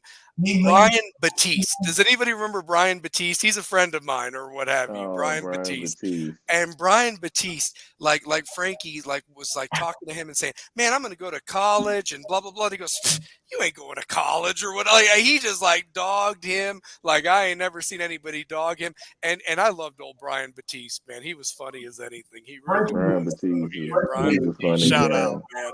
Shout out to Brian Brian Batiste, Batiste. man, he's a good dude. Oh Good my dude. goodness. So, and then let me tell you this. For anybody that did go to that camp, everybody remembers that a certain somebody just couldn't wait to go to the bathroom, and that one bus, it got stinky really bad, unfortunately. So Whoa. it was somebody unfortunately had an accident, and that was a long 2-hour drive from Cleveland back to Knoxville, and I'm just glad I was on the other bus because I heard all about it when we got back, honestly. Oh So man, somebody yep. had an accident on the Yeah, bus. and unfortunately, it was one of the water boys, and yeah, it was sad. Oh, It was very sad. It oh, was very sad. horrible. That camp, I mean, anything that could have happened at that It camp happened. happened at that camp, honestly. So yeah, I Mm. mean, shoot, yeah. And then my favorite was the next year's camp where Coach Mays had that famous thing where he said, "Okay, so I got you with a hurt thumb. I got you with a leg problem. I got you with a hurt ankle. I got you with a concussion. Do I need to go to the town and Walmart and get tampons for everybody? I mean, goodness gracious." And I've never laughed so hard. I mean, Coach Yeah, Mays, shout out to Coach Mays. I was one of those who got I had sprained my ankle pretty bad. Like, wasn't a high ankle sprain, but it kept me out of contact for like a week. And God, he ripped me up and down. Oh man, he would make you feel like you needed to get out there on crutches and like play. Honestly, shoot. Like, I So was really like waiting for the doctor to clear me. Like I was like, I just need the doctor to clear me. yeah. He's like, "You're here. Why aren't you dressed?" I'm like, I kind of need to be able to juke. I don't know what you want me to do. Honestly, unless the bone was popped out or the leg was missing, he didn't want to hear it. He Yeah. really did not want to hear it, honestly. So Yeah, I ended up making my mom go buy me like a bunch of ankle braces. I was like, just give me every brace you can find. I don't care at this point. yeah. There was another the Rebel Hell drill was also another Oh, memory oh, where I remember poor Jeremy Elsinger, wherever you're at, man, you were a funny dude. Shout out to you. You were class of, I think, 2004, if I'm not mistaken. So, but Jeremy Elsinger got absolutely blasted by Colin Carmichael, or it was either Colin or oh God, who was it? It was either Colin or Eric Justice just laid him out like I've never seen anybody get laid out before. And he was kind of what was the one where we ran from sideline to sideline and we had 4 quarters? What was that? I forget what it was called, but I know what you're talking about. We did it that year too. We did that one as well. I remember by like senior year and Coach Cummings had taken over, it was if I wasn't in the top 3, I was redoing the whole thing. Yeah, for sure. And like literally, but that Rebel Hill drill, Jeremy Ersinger gets absolutely blasted. And I remember, I forget who the coach was that said it, and he goes, "This isn't a little boy drill."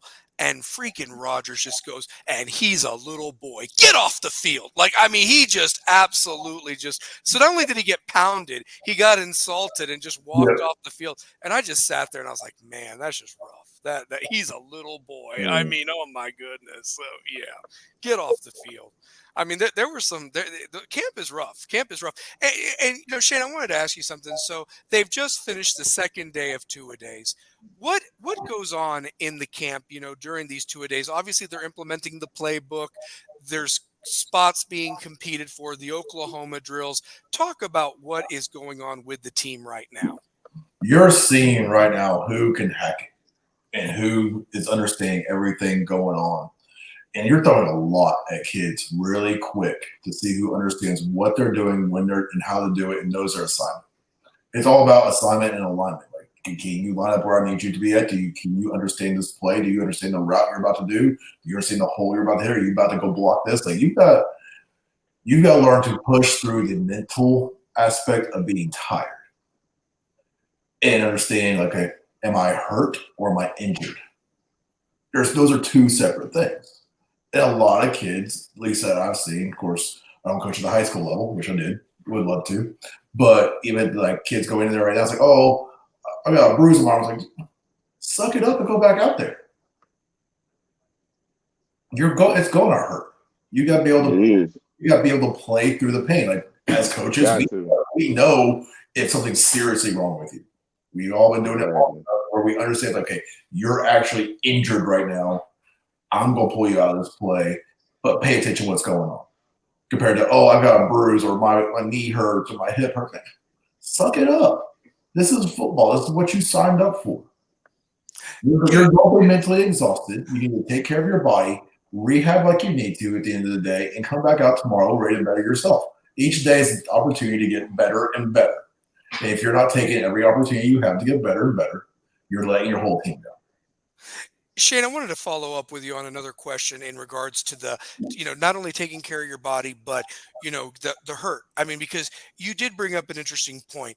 With a team this stacked, I mean, you're already competing for limited starting positions, whether it's offense, defense, special teams. You obviously want to get out there and play. But my question is, where do you draw the line of how much physicality takes place in a camp where you don't want those certain key guys that are the game changers and difference makers of getting hurt? Talk about that. You make sure that they understand what their job is. Of course, they're a star, they understand their job.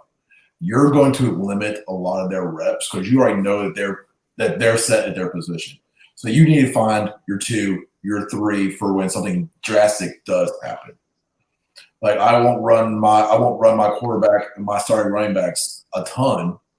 Like, okay, we're doing install today. I need you to understand this. All right, now that you've got it, bring my 2s, bring my 3s. I need to know who your backup is.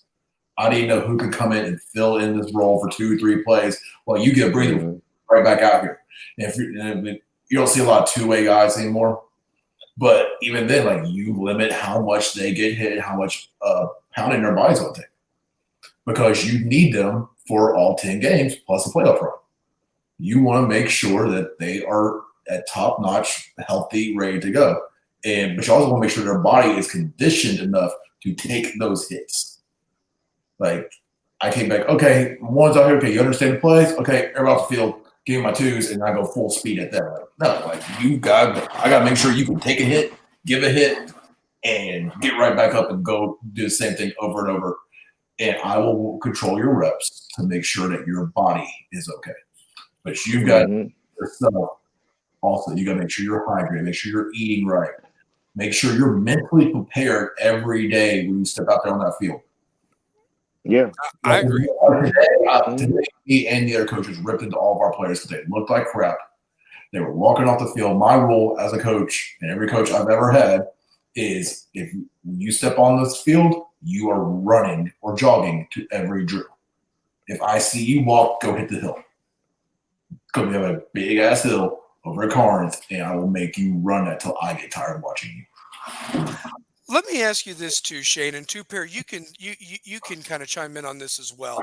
Think about what these seniors are about to face. Not only is it their senior year, and we've talked about this, but look what they're following up, because they have been very vital. A lot of guys, the Wyatt DeRoches, the Antoine Burdines, Jack Keats, they've contributed in these last 2 state championships, and now they're the guy. But here's the other thing too. It's a good senior class. It had a lot of promise coming in. They were 8th grade champs. The thing is that they're now having to uphold a legacy of, can you win that 3rd straight? Something that's never been done in 5A. Furthermore, they're following up the 2 most winningest senior classes. 22 had it for 1 year until 23 did it. They run the table. They could be the new winningest senior class. Go for it. Talk to me. You've got a lot of you got big shoes to fill. You don't want to be that team that doesn't live up to the hype and expectations that were already there. That's my opinion. I mean, pedestal's here. Can you break it? Like, you have the mountain to climb, and you've got to be the targets on their back. You're going to get everybody's 100% A game for all 4 quarters, all season Yeah, long. it's still the fact of West is the hunted, but they still remain the hunter. Yeah. Like I If saw you look, on social media, I think it was on TikTok, somebody like picking who's going to be winners for each region this year. Paige is mm, Paige is predicted to win it. So use that as bulletin board material. I'm going to tell you this. I'm going to tell you this, guys, right now. I went over to Page High School in April with my wife, and they that facility over there is second to none. Their building looks like it's incredible. It's incredible. And their football field is something out of Friday Night Lights, like Varsity Blues, Texas type football. They've got that trailer that takes them everywhere. The fact that they have finished second place for 3 straight years, I don't know if they don't do it this year. I know that they'll always be talented. Rathbone runs a hell of a program over there. But I guess what I'm getting at is, literally speaking, what in the world would they do if they lost to West for, forget the fourth straight year, but you lost to West 3 straight years in the state championship game? I mean, that's a head thing at that point. Or maybe we're just better. I think we just play a different brand of football. We play a different brand of football, and and it's no knock on what Page does. They're an incredible program, but the difference between their program and our program is we play with a certain discipline. Even the way we talk about our kids on the show, we talk about it with a certain discipline. Mhm. We talk in it in a way that we're respectful of our opponent, but when we count the days, we count the weeks, we count the months, the proof is in the pudding. And that pudding tastes good twice. That Mhm. pudding tastes good twice. Yeah. And we are the beasts of the East. I mean, when that poll comes out, and listen, we know what preseason polls are about. It's for people like us and all those shows on ESPN to talk about, to give Yeah, it something to is. talk about. And it's fun to talk about. But at the end of the day, the results on the field, like, for example, West didn't even start preseason number 1 last year, but the minute they beat Bearden, guess who got jumped up to number Yeah. one? Honestly. And really, I really think, Coach Brown is putting this program on a national level. When Mhm. you're in that top 100, you're one of the top 100 programs And we are. in the nation. Public and private. Make sure that we Public, say that. And public private. and Yes. private. Yes, sir. Public and private. Yeah. Both sectors. We're a national program, and when you're a national program, you play with a certain different type of player, and it's entertaining football. But the kids, they're in that weight room, they're in Mhm. there studying, they are looking at film. Like, it is really impressive to see the program the way it is, and the way the alumni are giving back to the school, and just looking at the next few years, the program below is even coming up, man. Mhm. Mhm. Shane, how quick do you think? I mean, obviously this week is camp. We know we've got those scrimmages coming up. I will get those confirmed the minute that I know where they'll take place. The question is when they'll take place. Yeah. But at what point do we have kind of like that final roster, that final that too deep chart, at this point or whatever like that? When There'll do be you what, think? there's what, 2 scrimmages? There's 2 scrimmages, yes, and then you got the jamboree, the 15th, if I'm not mistaken. So yeah. You will see most of your starters that first scrimmage. making sure they understand everything. That second scrimmage, you'll probably get maybe 2 series out of them, and then it's going to be who's my solid backups. Yeah. Time for everybody to get some live game reps that we know we're going to need to count on.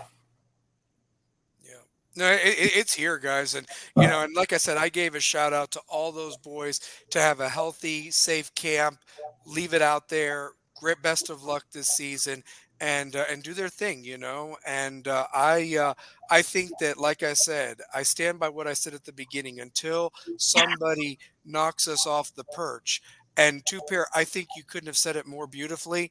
Yes, we are the hunted, but we are still hunters of banners, hunters of trophies, and hunters of rings, and we ain't stopping. We ain't done. We ain't done yet. No, they're not done by a long shot. No. This is the second inning. This is the third inning, as far as I'm concerned. To take a page out of Paul Heyman and Roman Reigns' book, this is the second or third inning at this point. So, the way I talked about earlier this season is summer workouts were your first quarter. This is second quarter. Get everything ready to build up your lead before halftime. Yep. Your season's third quarter, and fourth quarter is where you win it all. That's it. That's it. And let me just tell you this, and this is no disrespect to the other teams. I know that they work hard. They've got great coaches, great players, but I'm going to tell you this. This program, and I want to state that, it's not just a team. It's a program. It's culture. It's a program, yeah. This is starting to elevate to how Maryville would win on the field before the damn teams ran out and broke the sign. And there are great teams on this schedule that also have that same respect. And that's when the iron goes against each other. Then you see who wins it in those 48 minutes. But you get what I'm getting at. Football in East Tennessee has gotten so much better. It's amazing.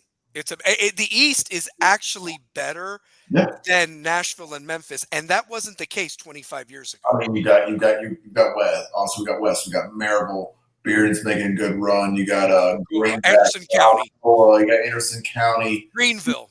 Yeah, I mean, it's ridiculous talent around here now. And here's the other thing too. If you're even going to throw this out there, Catholic has done good. I mean, Fulton had a nice run there for a bit. And here's the thing. I know it's not East Tennessee, but it's still part of the eastern part of the state. Chattanooga Baylor and Chattanooga McCallie are just killing it on the private school level. And it ain't even fair. And Webb also at that Division II of the second largest classification in the private school league. What I've loved seeing now is, back in our day, it was the private school league. They just dominate. If you were as Coach Rogers or Coach Cummings once said, if it wasn't for Webb, Catholic, and CAK, West would have been amazing, because all those stud athletes that lived in our school zone all got scholarships there. Mm-hmm. And had special buses pick them up if they weren't already driving. Yeah. Yep. Because if those kids went to West, all the schools are dominant. If those kids went to West, think of how great West would have, like. Oh, God. West would have had some guy like CAK, Webb, Catholic, and if you would really have a Bearden West rivalry, like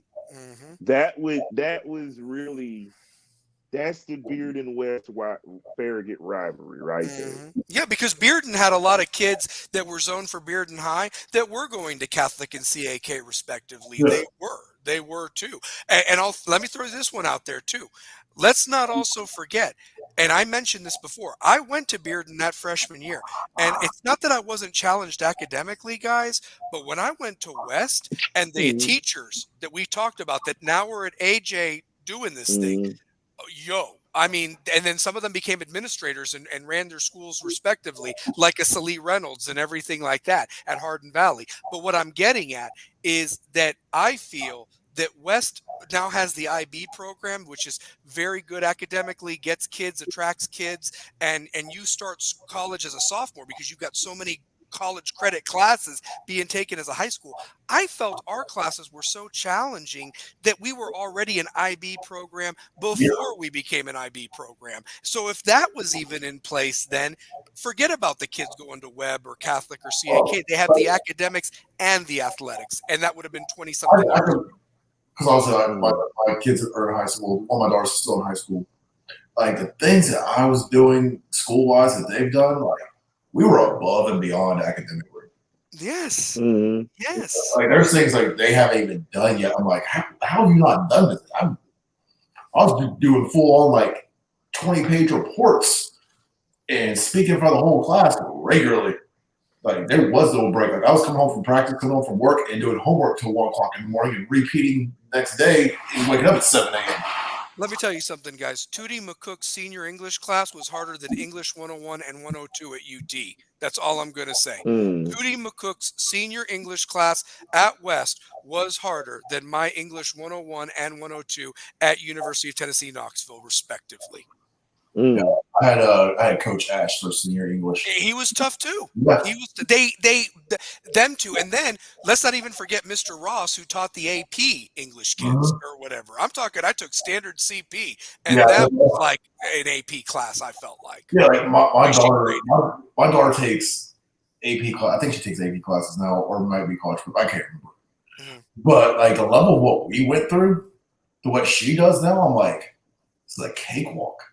But I would have killed for your class load. Absolutely. So like I said, I mean, it's different eras and all that, but like I said, I look at our school, I look at our program, and I'm proud of it. I'm proud of this show. I'm Very proud proud to of talk it. about the accolades. And you know what? Here's the other thing too.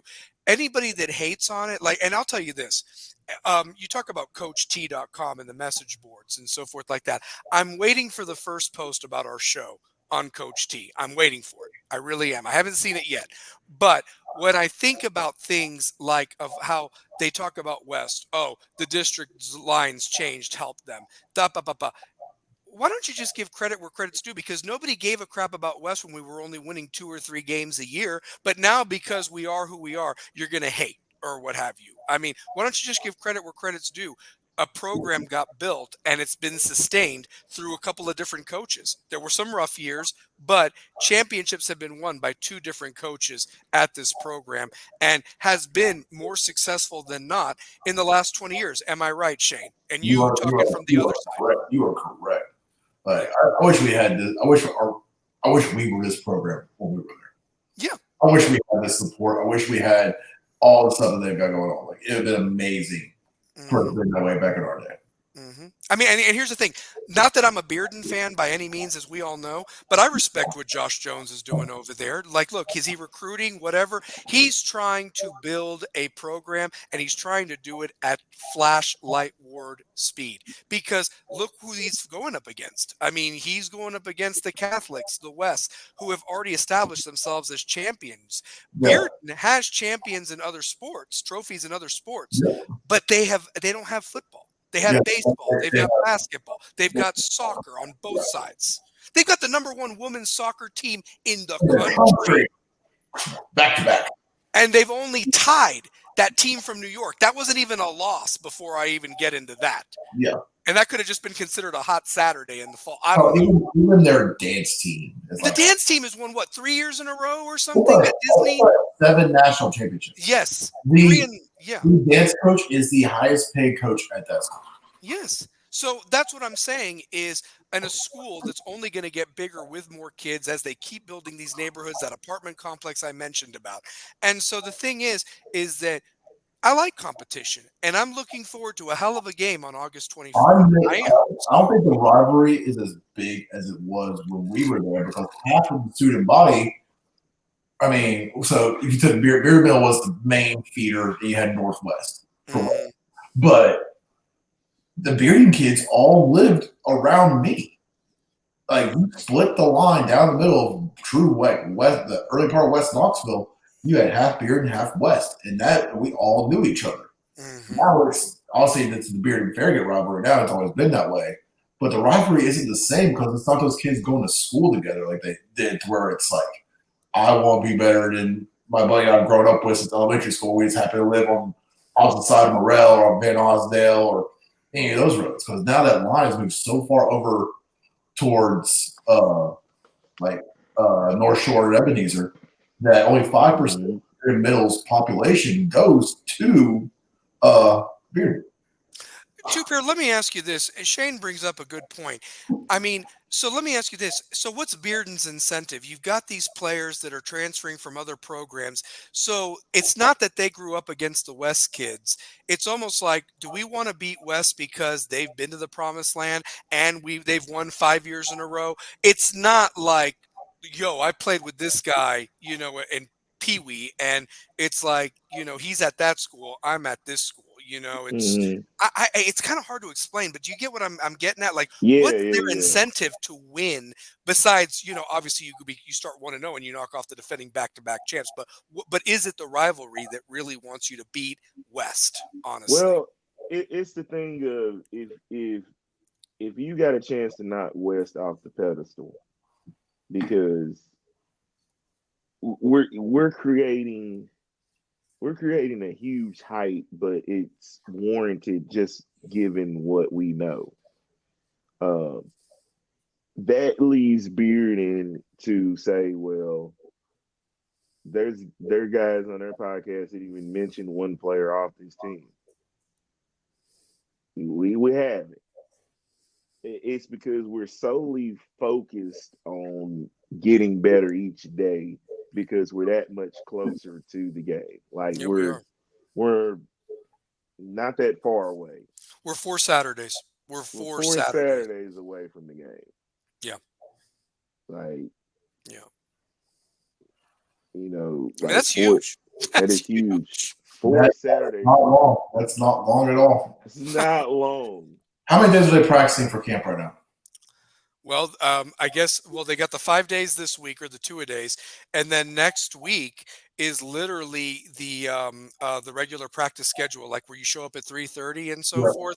And then, if I'm not mistaken, teachers have to go back late next week, and then the kids start that following Monday, the 5th, if I'm not mistaken, Shane. I mean, your daughter's a senior. I don't know what that's like. I'm starting middle school. So I think orientation for both middle school and freshmen, or 6th graders and freshmen, is like the 6th. Yeah, I think school's great. Okay, so literally we're less than 2 weeks away from school starting at that point. And so basically, based off of that, that's why I think that first scrimmage is that Friday, the 2nd, and then the following week, the 9th, is that second scrimmage. Jamboree is the following week. So literally, next week's like the last full week of summer vacation. Wow. Yeah, next week's the last full week of summer vacation. Yeah, and that's it. And then so that's, yeah. I mean, it's like what Parker Dubon's mom said. Shout out to Sandra. Literally, as soon as 4th of July is over, and if you've got a kid that's involved in sports or what have you, especially at the high school level, summer's over. Or summer's over and it's time. Like, that's basically how it rolls. So yeah. Guys, this has been such a great show. We've talked about West, probably the most that we've talked about it, because we had so many stories and so many storylines coming into it. I almost want to give a shout out to Romero and see if, because their season starts slightly before football, I'd love to get the girls soccer coach on, whoever that gentleman is. I think he's been there for a couple years now, and I'd love to get him on to talk about their team, because you talk about a schedule that's brutal. They have Bearden, who is the #1 team in the country that they have to face, and Farragut's girls are good. Hardin Valley's girls are good. They play in a very tough district. And those games have been close. Yeah. It's always been a close game between Bearden and West. Yeah. We've always been like the bridesmaid in that game, like in girls soccer, it seems, and haven't gotten over that hump. But this girls soccer team 2 years ago made their first ever state run. And so I wonder how they're going to be this year. Last year, they still had a good season. They didn't quite make it back to state, but I wonder if this year's team has what it takes to get back to that state level, even with competing with the Farraguts and the Beardens. So I'd love to have their coach on just to preview that season. The volleyball coach, I'd love to have them on just to talk about their team and what they look like this year, honestly, since we have access to all the coaches. So that would be amazing to have you guys on. So whoever would like to be on. Rebels with a Cause before your seasons start, respectively, here very soon. So, yeah. Guys, I know we had a couple of banners we wanted to talk about. Two pair, go first. What did you want to talk about other than Rebel football? I got them up. So, what do you want to talk Other about? than Rebel football, the AAU is wrapping up, and Peach Jam. If you guys got to tune in, I want to say Bradley Bill and Team CP3 played up against each other. A really good game. I didn't even get to see the end of it. I'm so mad. I really want to commend the players for their AAU teams. Just the way AAU season has been, man. Like Gilbert Arenas' son, Elijah, um, who's played with USA and their under team. Uh, Carmelo's son, Kyan Anthony, who's looked really good this summer. Really good. Um, like the one thing about like AAU basketball is you really get to see teams play deep. Like you get to see some teams like really lock up when it's more so running gun, but there's so many eyes on you. But yeah, man, from the AAU world, it was some really good basketball played down in Atlanta. The EYBL, the Boozer twins. I think this is their last hurrah Yep. before going to college. And let me tell you Yeah, something, Miami is very much in the thick of that race of getting both of them, by the way, down there, because they're not really, as close with their father as they are with their mom. And,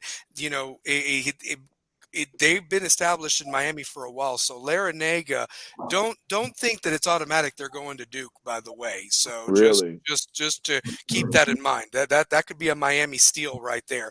And then not to Mm. mention this kid, please forgive me if I say his last name wrong, but he almost is like transcending type of recruit. AJ Dibansa out of Utah. He's the number one Oh, yeah, recruit. yeah, yeah, yeah, This yeah, kid, yeah, yo, yeah, yo. I mean, yo, so yeah, yeah, man. That yeah. yeah, this year's circuit was really nice, man. Like I really enjoy watching the Boozer twins from what I've got to see of them. I Hmm. really enjoyed watching them. Yeah, no, there's some high profile dudes, and this a lot of coaches are really going after those 2025 kids for sure, like what you mentioned. So yeah, for sure. So two pair. Sorry, Shane. What about you, man? What did you want to talk about? So I actually don't really have anything right now. really, I got something for you guys real quick because there were two things that I wanted to cover before we signed off, and it's been a great show as always. And shout Oh out to the man, chat. So yeah. we got to talk about USA basketball too. Oh, okay, yeah, let's do that. Hold on, let me make a banner and we'll go from there. So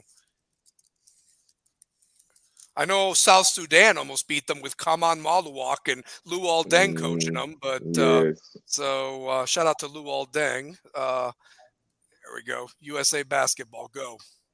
yeah. So um, I wanna say this. We can't take other teams lightly because I saw Paul Pierce and Skip Bayless and Keyshawn Johnson like joking on South Sudan, and they almost put up a huge upset. I get it, guys. You guys are at the highest level. You guys are incredible, but like we at that age where we kind of know that the world is caught up in the game of basketball. Like, see, the Dream Team, they faced, was it how many guys was in the NBA? Like nine, six or Let me see. nine? Everybody but Laker. Everybody but Leitner. Leitner was the college player of the year that got to go. So yeah. Right. But Mhm. the Olympians that they faced back then, was it like it was about six guys in the league, maybe nine. Yeah. Oh, you're talking about the other teams. Yeah, there was maybe like one or two on Right. each team. Yeah, it was not fair. Yeah. And the only prominent one that was even on the U.S. team was Tony Kukoc. Yeah. And Drazen Petrovic and Vladi Divac and Sarunas Marshallonis. Was Those Detlef guys. Schrempf on a team? Maybe Detlef Schrempf. Germany. Maybe. Yeah. I don't know if he played for Germany I yet, don't know but if he did or not. So, but yeah. Bill Winnington, Canada. But this is what I'm saying. The USA, they're playing up against 41 guys that are in the NBA. Canada Little has a bunch of different. guys. Canada has a bunch of dudes. So Bunch of guys. But that's what I'm saying. They're playing up against NBA guys too. It's just the certain match of NBA guys. We're taking our best of the best of the star quality guys. If that's what the world feels. It's such a different game in international basketball. International basketball is not played like NBA. International basketball is played like international. Like you can't get away with playing the way it was in 92, 96, in 2000. Hell, you learned in 2004. Everybody points to that one. But after 2004, you understood how to put a team together. Like you put a bunch of vets with some young guys. It's not gonna work. It's not gonna work. Now you got to put the right vets with the right vets. And as much as I love LeBron James is at the age where he don't need to be putting the team on his shoulders. Like LeBron's our age. yeah. He's all right. He's the best player, but he's at the age where he wants to get championships, and LeBron's playing like it's game 7.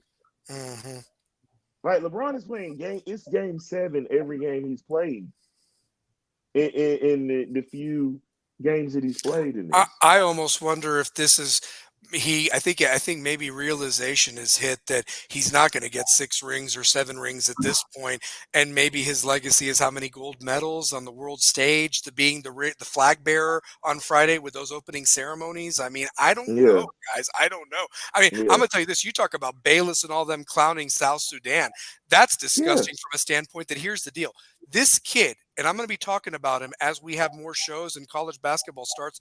This kid going to Duke, Kaman Malawak, they say he's raw, but he's better now than Joel Embiid was. And you saw him the other night against Team USA, honestly. And some people are saying he could be a top 3, top 5 pick when the NBA draft rolls around in June. He's just going to do his 1 year stop at Duke, but his measurables are off the chart. He's 7'2", 250.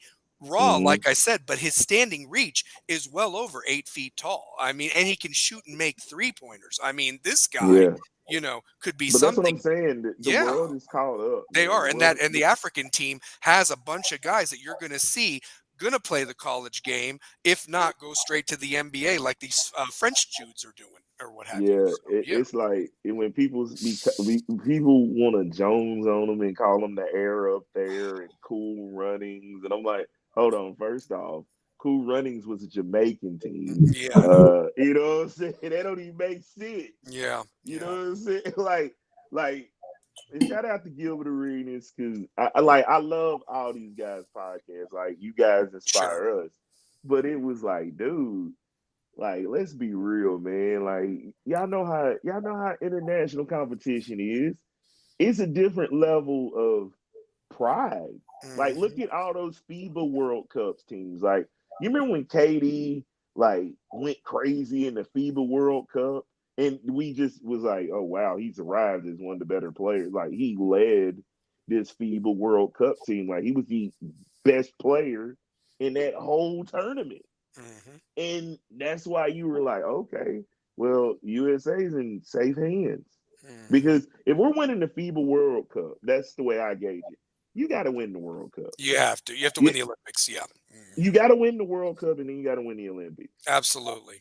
Absolutely. Because if you don't win the World Cup and then you get a bronze. If you get a bronze in, it's either gold or nothing. It is. It is. It's gold or nothing. That's a great transition because I did want to bring up the Olympics quickly and so forth like that. Mm-hmm. Because here's the deal. You have 500 something athletes in the different sports going to be there represented. 500, The U.S. 594, 594, 594, you know, 95. and let me tell you this, there's certain sports that I love watching. We've talked about it, the track, the gymnastics, the swimming. Mm, And let me tell you this, last Olympics, Australia kicked America's ass in a lot of those events, especially on the women's side. I'm wanting to see if Katie Ledecky has kind of a redemption this time around. I want to also see what Simone Biles brings. You know, her heart wasn't in it 3 years ago. It was still coming off of the stuff with COVID, and you know she dropped out. She's got something to prove. You know, this Olympics. Not that she really has to. I'm actually surprised they allowed a 27-year-old on there. That's usually the girls have the teenagers, you know, and so Oh, forth. But she's she's on just there. that. She's just that good, though. She's like the best ever. Like she's the best ever. So she's got a redemption story. But I guess my whole thing of it is that I love watching the red, white, and blue dominate, and I don't care what sport it is. If it's polo, water polo, beach volleyball, I want to win as many gold medals as possible. Not just because we had more athletes than everybody, but the quality of the athlete in those respective sports, if that makes sense. So, and it all mm, kicks off cycling Saturday morning because that's always the first thing. Those poor guys don't even get to ever participate in the opening ceremony. They only do the closing ceremony because they're one of the first events and have to be in bed because they have to be up at the beginning of dawn for that first event. So they miss mm, out on stuff. I even remember Michael Phelps missed out on some stuff in the swimmers because they have their opening heats that they have to do that first morning to qualify for the events that are shown at night and everything. So they miss out sometimes on the festivities. So keep that in wow. mind when you watch those opening ceremonies. Not everybody gets to be there to participate. And this thing is supposed to be a spectacle where they're coming in on boats and the fans are lined up on that waterway as they lead up to the Eiffel Tower. It's going to be amazing on Friday. I'm not going to be able to get Wow. to watch it, but I'm definitely going to record it. So it would be worth something because it's something that you'll never see again because the next Olympics will be in LA and I'm sure they'll be want to introduce the athletes, but to come in on boats, that's pretty Yeah, cool. that's So yeah, crazy. that's cool. So That's crazy. last thing I want to bring up, guys, because we have to. Um, WWE Wrestling SummerSlam is shaping up. Next Saturday is SummerSlam in Cleveland. It's got some big Mm, matches already planned. But you know, Monday night, the Liv Morgan, Dominic Mysterio, Ray Ripley. You got Jey Uso kind of sneaking around in there. Um, I do have to laugh at this. I absolutely loved that Dominic Mysterio's basically Dirty Dom went from English to Spanish to basically tell Liv Morgan off, called her crazy, called her that she ruined his life, breaks her little heart, and she cries. And God, those shorts, mm. guys. Oh my God, Liv Morgan. But I guess my question is this setting up for Dominic Mysterio to turn on Ray Ripley and be with Liv Morgan next Saturday? What do y'all think? Just I curious. think I think they keep building the storyline. I Okay. I think you close it out at SummerSlam. Yeah. Yeah. But I don't know how long they let it go. Like where's the end game? Hmm. That's what I always like to see with a storyline. If you throw this twist in the plot, where does it fall in line in the end game of to where it goes with the relationship between Rhea Ripley and Dominic Mysterio? Like, where is it interwoven to where he's having all these troubles? Like, will it interfere with the matches like coming up too? Yeah. So, And here's the other thing too. Shane, did they put the title back on Rhea? Because technically she didn't lose it. She had to give it up for a shoulder injury slash getting married. I mean, does she win it back or do they let Liv retain like they did let Liv retain when she beat Ronda Rousey a couple years ago? Just throwing that out mm, there. Yeah, there's a Here, lot going on. here's the twist I see. Somehow, so they'll go for the title, and somehow Dom screws Rhea. I wonder if that's going to be the end play. So, and here's another match. You got the CM Punk, Drew McIntyre match with Seth Rollins being the special guest referee. That match intrigues me. But then the other thing, does Roman Reigns come back and screw Solo out of beating Cody Rhodes? Does Roman Reigns, the tribal chief, make his appearance at SummerSlam and screw Right. That's Solo? what we've been hearing forever, is that SummerSlam is, or at least that's what we all believe, is that he'll be back at SummerSlam. Yeah. So, Yeah. So be interesting to but see. then that turns into the story of Bloodline versus Bloodline. So, Yeah. And and you know what? That would be your start of that, because Survivor Series, they have other pay-per-views, but Survivor Series is the big four, and that finishes out your fourth quarter in yeah. terms of wrestling and so forth like that. Now you're in the third quarter of wrestling with SummerSlam of the big four. So yeah. Guys, that's all I got. I mean, great show. Unless there's something else you guys wanted to talk about. I mean, it was Hey, we definitely got to talk about the WNBA All Stars. we do. We Beating do. the Yeah. WNBA All Stars beat beat The Olympic team. the Olympic team. Yep. Mm, Yep. And here's the other mm. thing too. We got to see something that we never got to see it before. But this Magic Johnson, Larry Bird, that's now the Angel Reese, Caitlin Clark. Caitlin We Clark. never saw them on the same team. We remember Magic and Larry were always on the opposite side, whether it was the East or Except the for Western Dream Team. Conference, except for Dream Team.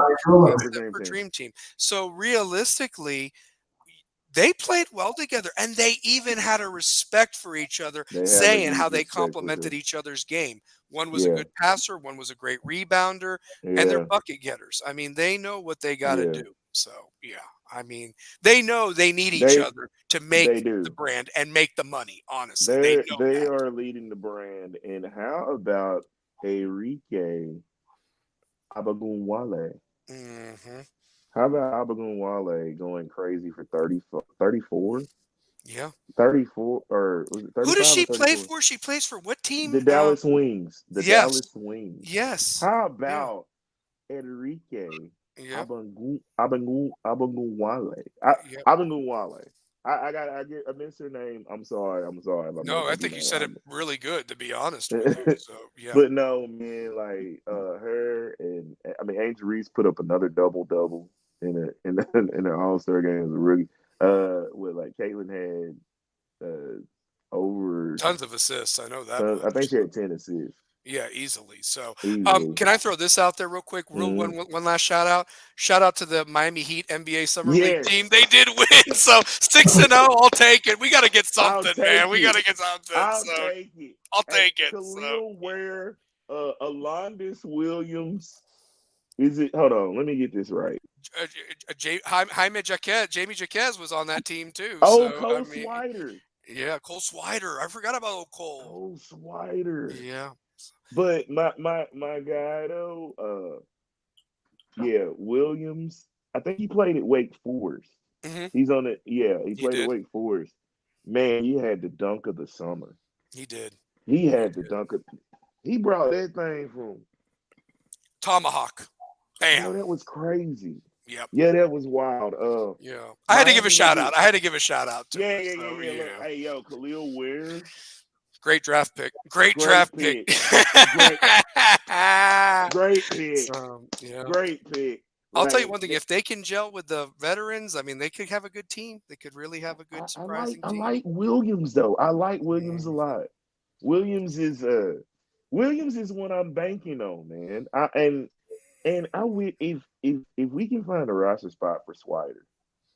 They got to find something for him, man. They got to. Swider is just a good vet, man. He's played. I feel like I've seen Swider in summer league at least 3 times with the Heat, and he was also with the Cleveland Cavaliers too, wasn't he as well? If I'm not mistaken. Was he with the Cavs? No, maybe he's from Cleveland. Lakers. The Lakers, but he's played with from the Lakers. Cleveland. He played at Cleveland College or something. Like I think he's from I thought Cleveland. he was from Syracuse. Hold on. Cole Where did Swider? Cole Swider go to school with? I swear I thought he went to Hold on. Cleveland. Hold on, I'm looking it up. That's a good question. I'm so sorry, Cole.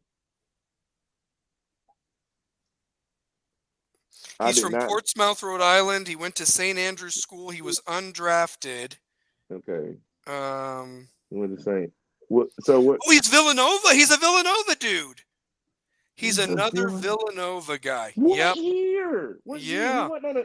He He went on went. the. It would have been in 2001. I think the team that went. He was probably on the team that went to the Final Four and lost. So, Swider was yeah, yeah, Cole yeah. Swider. Oh, you want to know something? Check this out. You're right about Syracuse. He played on Villanova from 2018 to 2021, so he was on that Final Four team. He Okay. finished his senior year at Syracuse. He played 2021, 2022, That's where I remember and him from. Syracuse. So yes, Syracuse. I yeah. thought But he went to he got Syracuse. himself a ring at Villanova, though. I think he He did. did. He Yeah, did. he got He himself did a get a ring. ring. Yeah. Yeah, he But did yeah, get he himself played a with the ring. Lakers. He was also on their NBDL team, the South Bay Lakers, Yeah. and he's on the Heat roster now. So yeah, yeah. So Hey, he's a good vet, man. six He's a eight, real good six vet. eight, only 25 years old, 220. So yep. I hope like there's another guy we're missing off that summer league team. Williams, Khalil Ware, Jaquez. There's somebody else, Swider. There was another guy on that team we Yeah, here, let me give missing. you the roster real quick. Hold on one second. Yeah. Gabe Brown out of Michigan State, Yes. J.C. Butler out of UC Irvine, Josh Christopher out of Josh ASU. Christopher. That's who it Yeah, is. We're yeah, missing out of Josh Christopher. ASU. Yep. Yeah. Caleb Daniels out of Villanova, Jamie Jaquez out of UCLA, Keyshawn Johnson out of Arizona, Jaime, Jaime. yeah, Jaime Jaime. Jaquez, yes. My name too.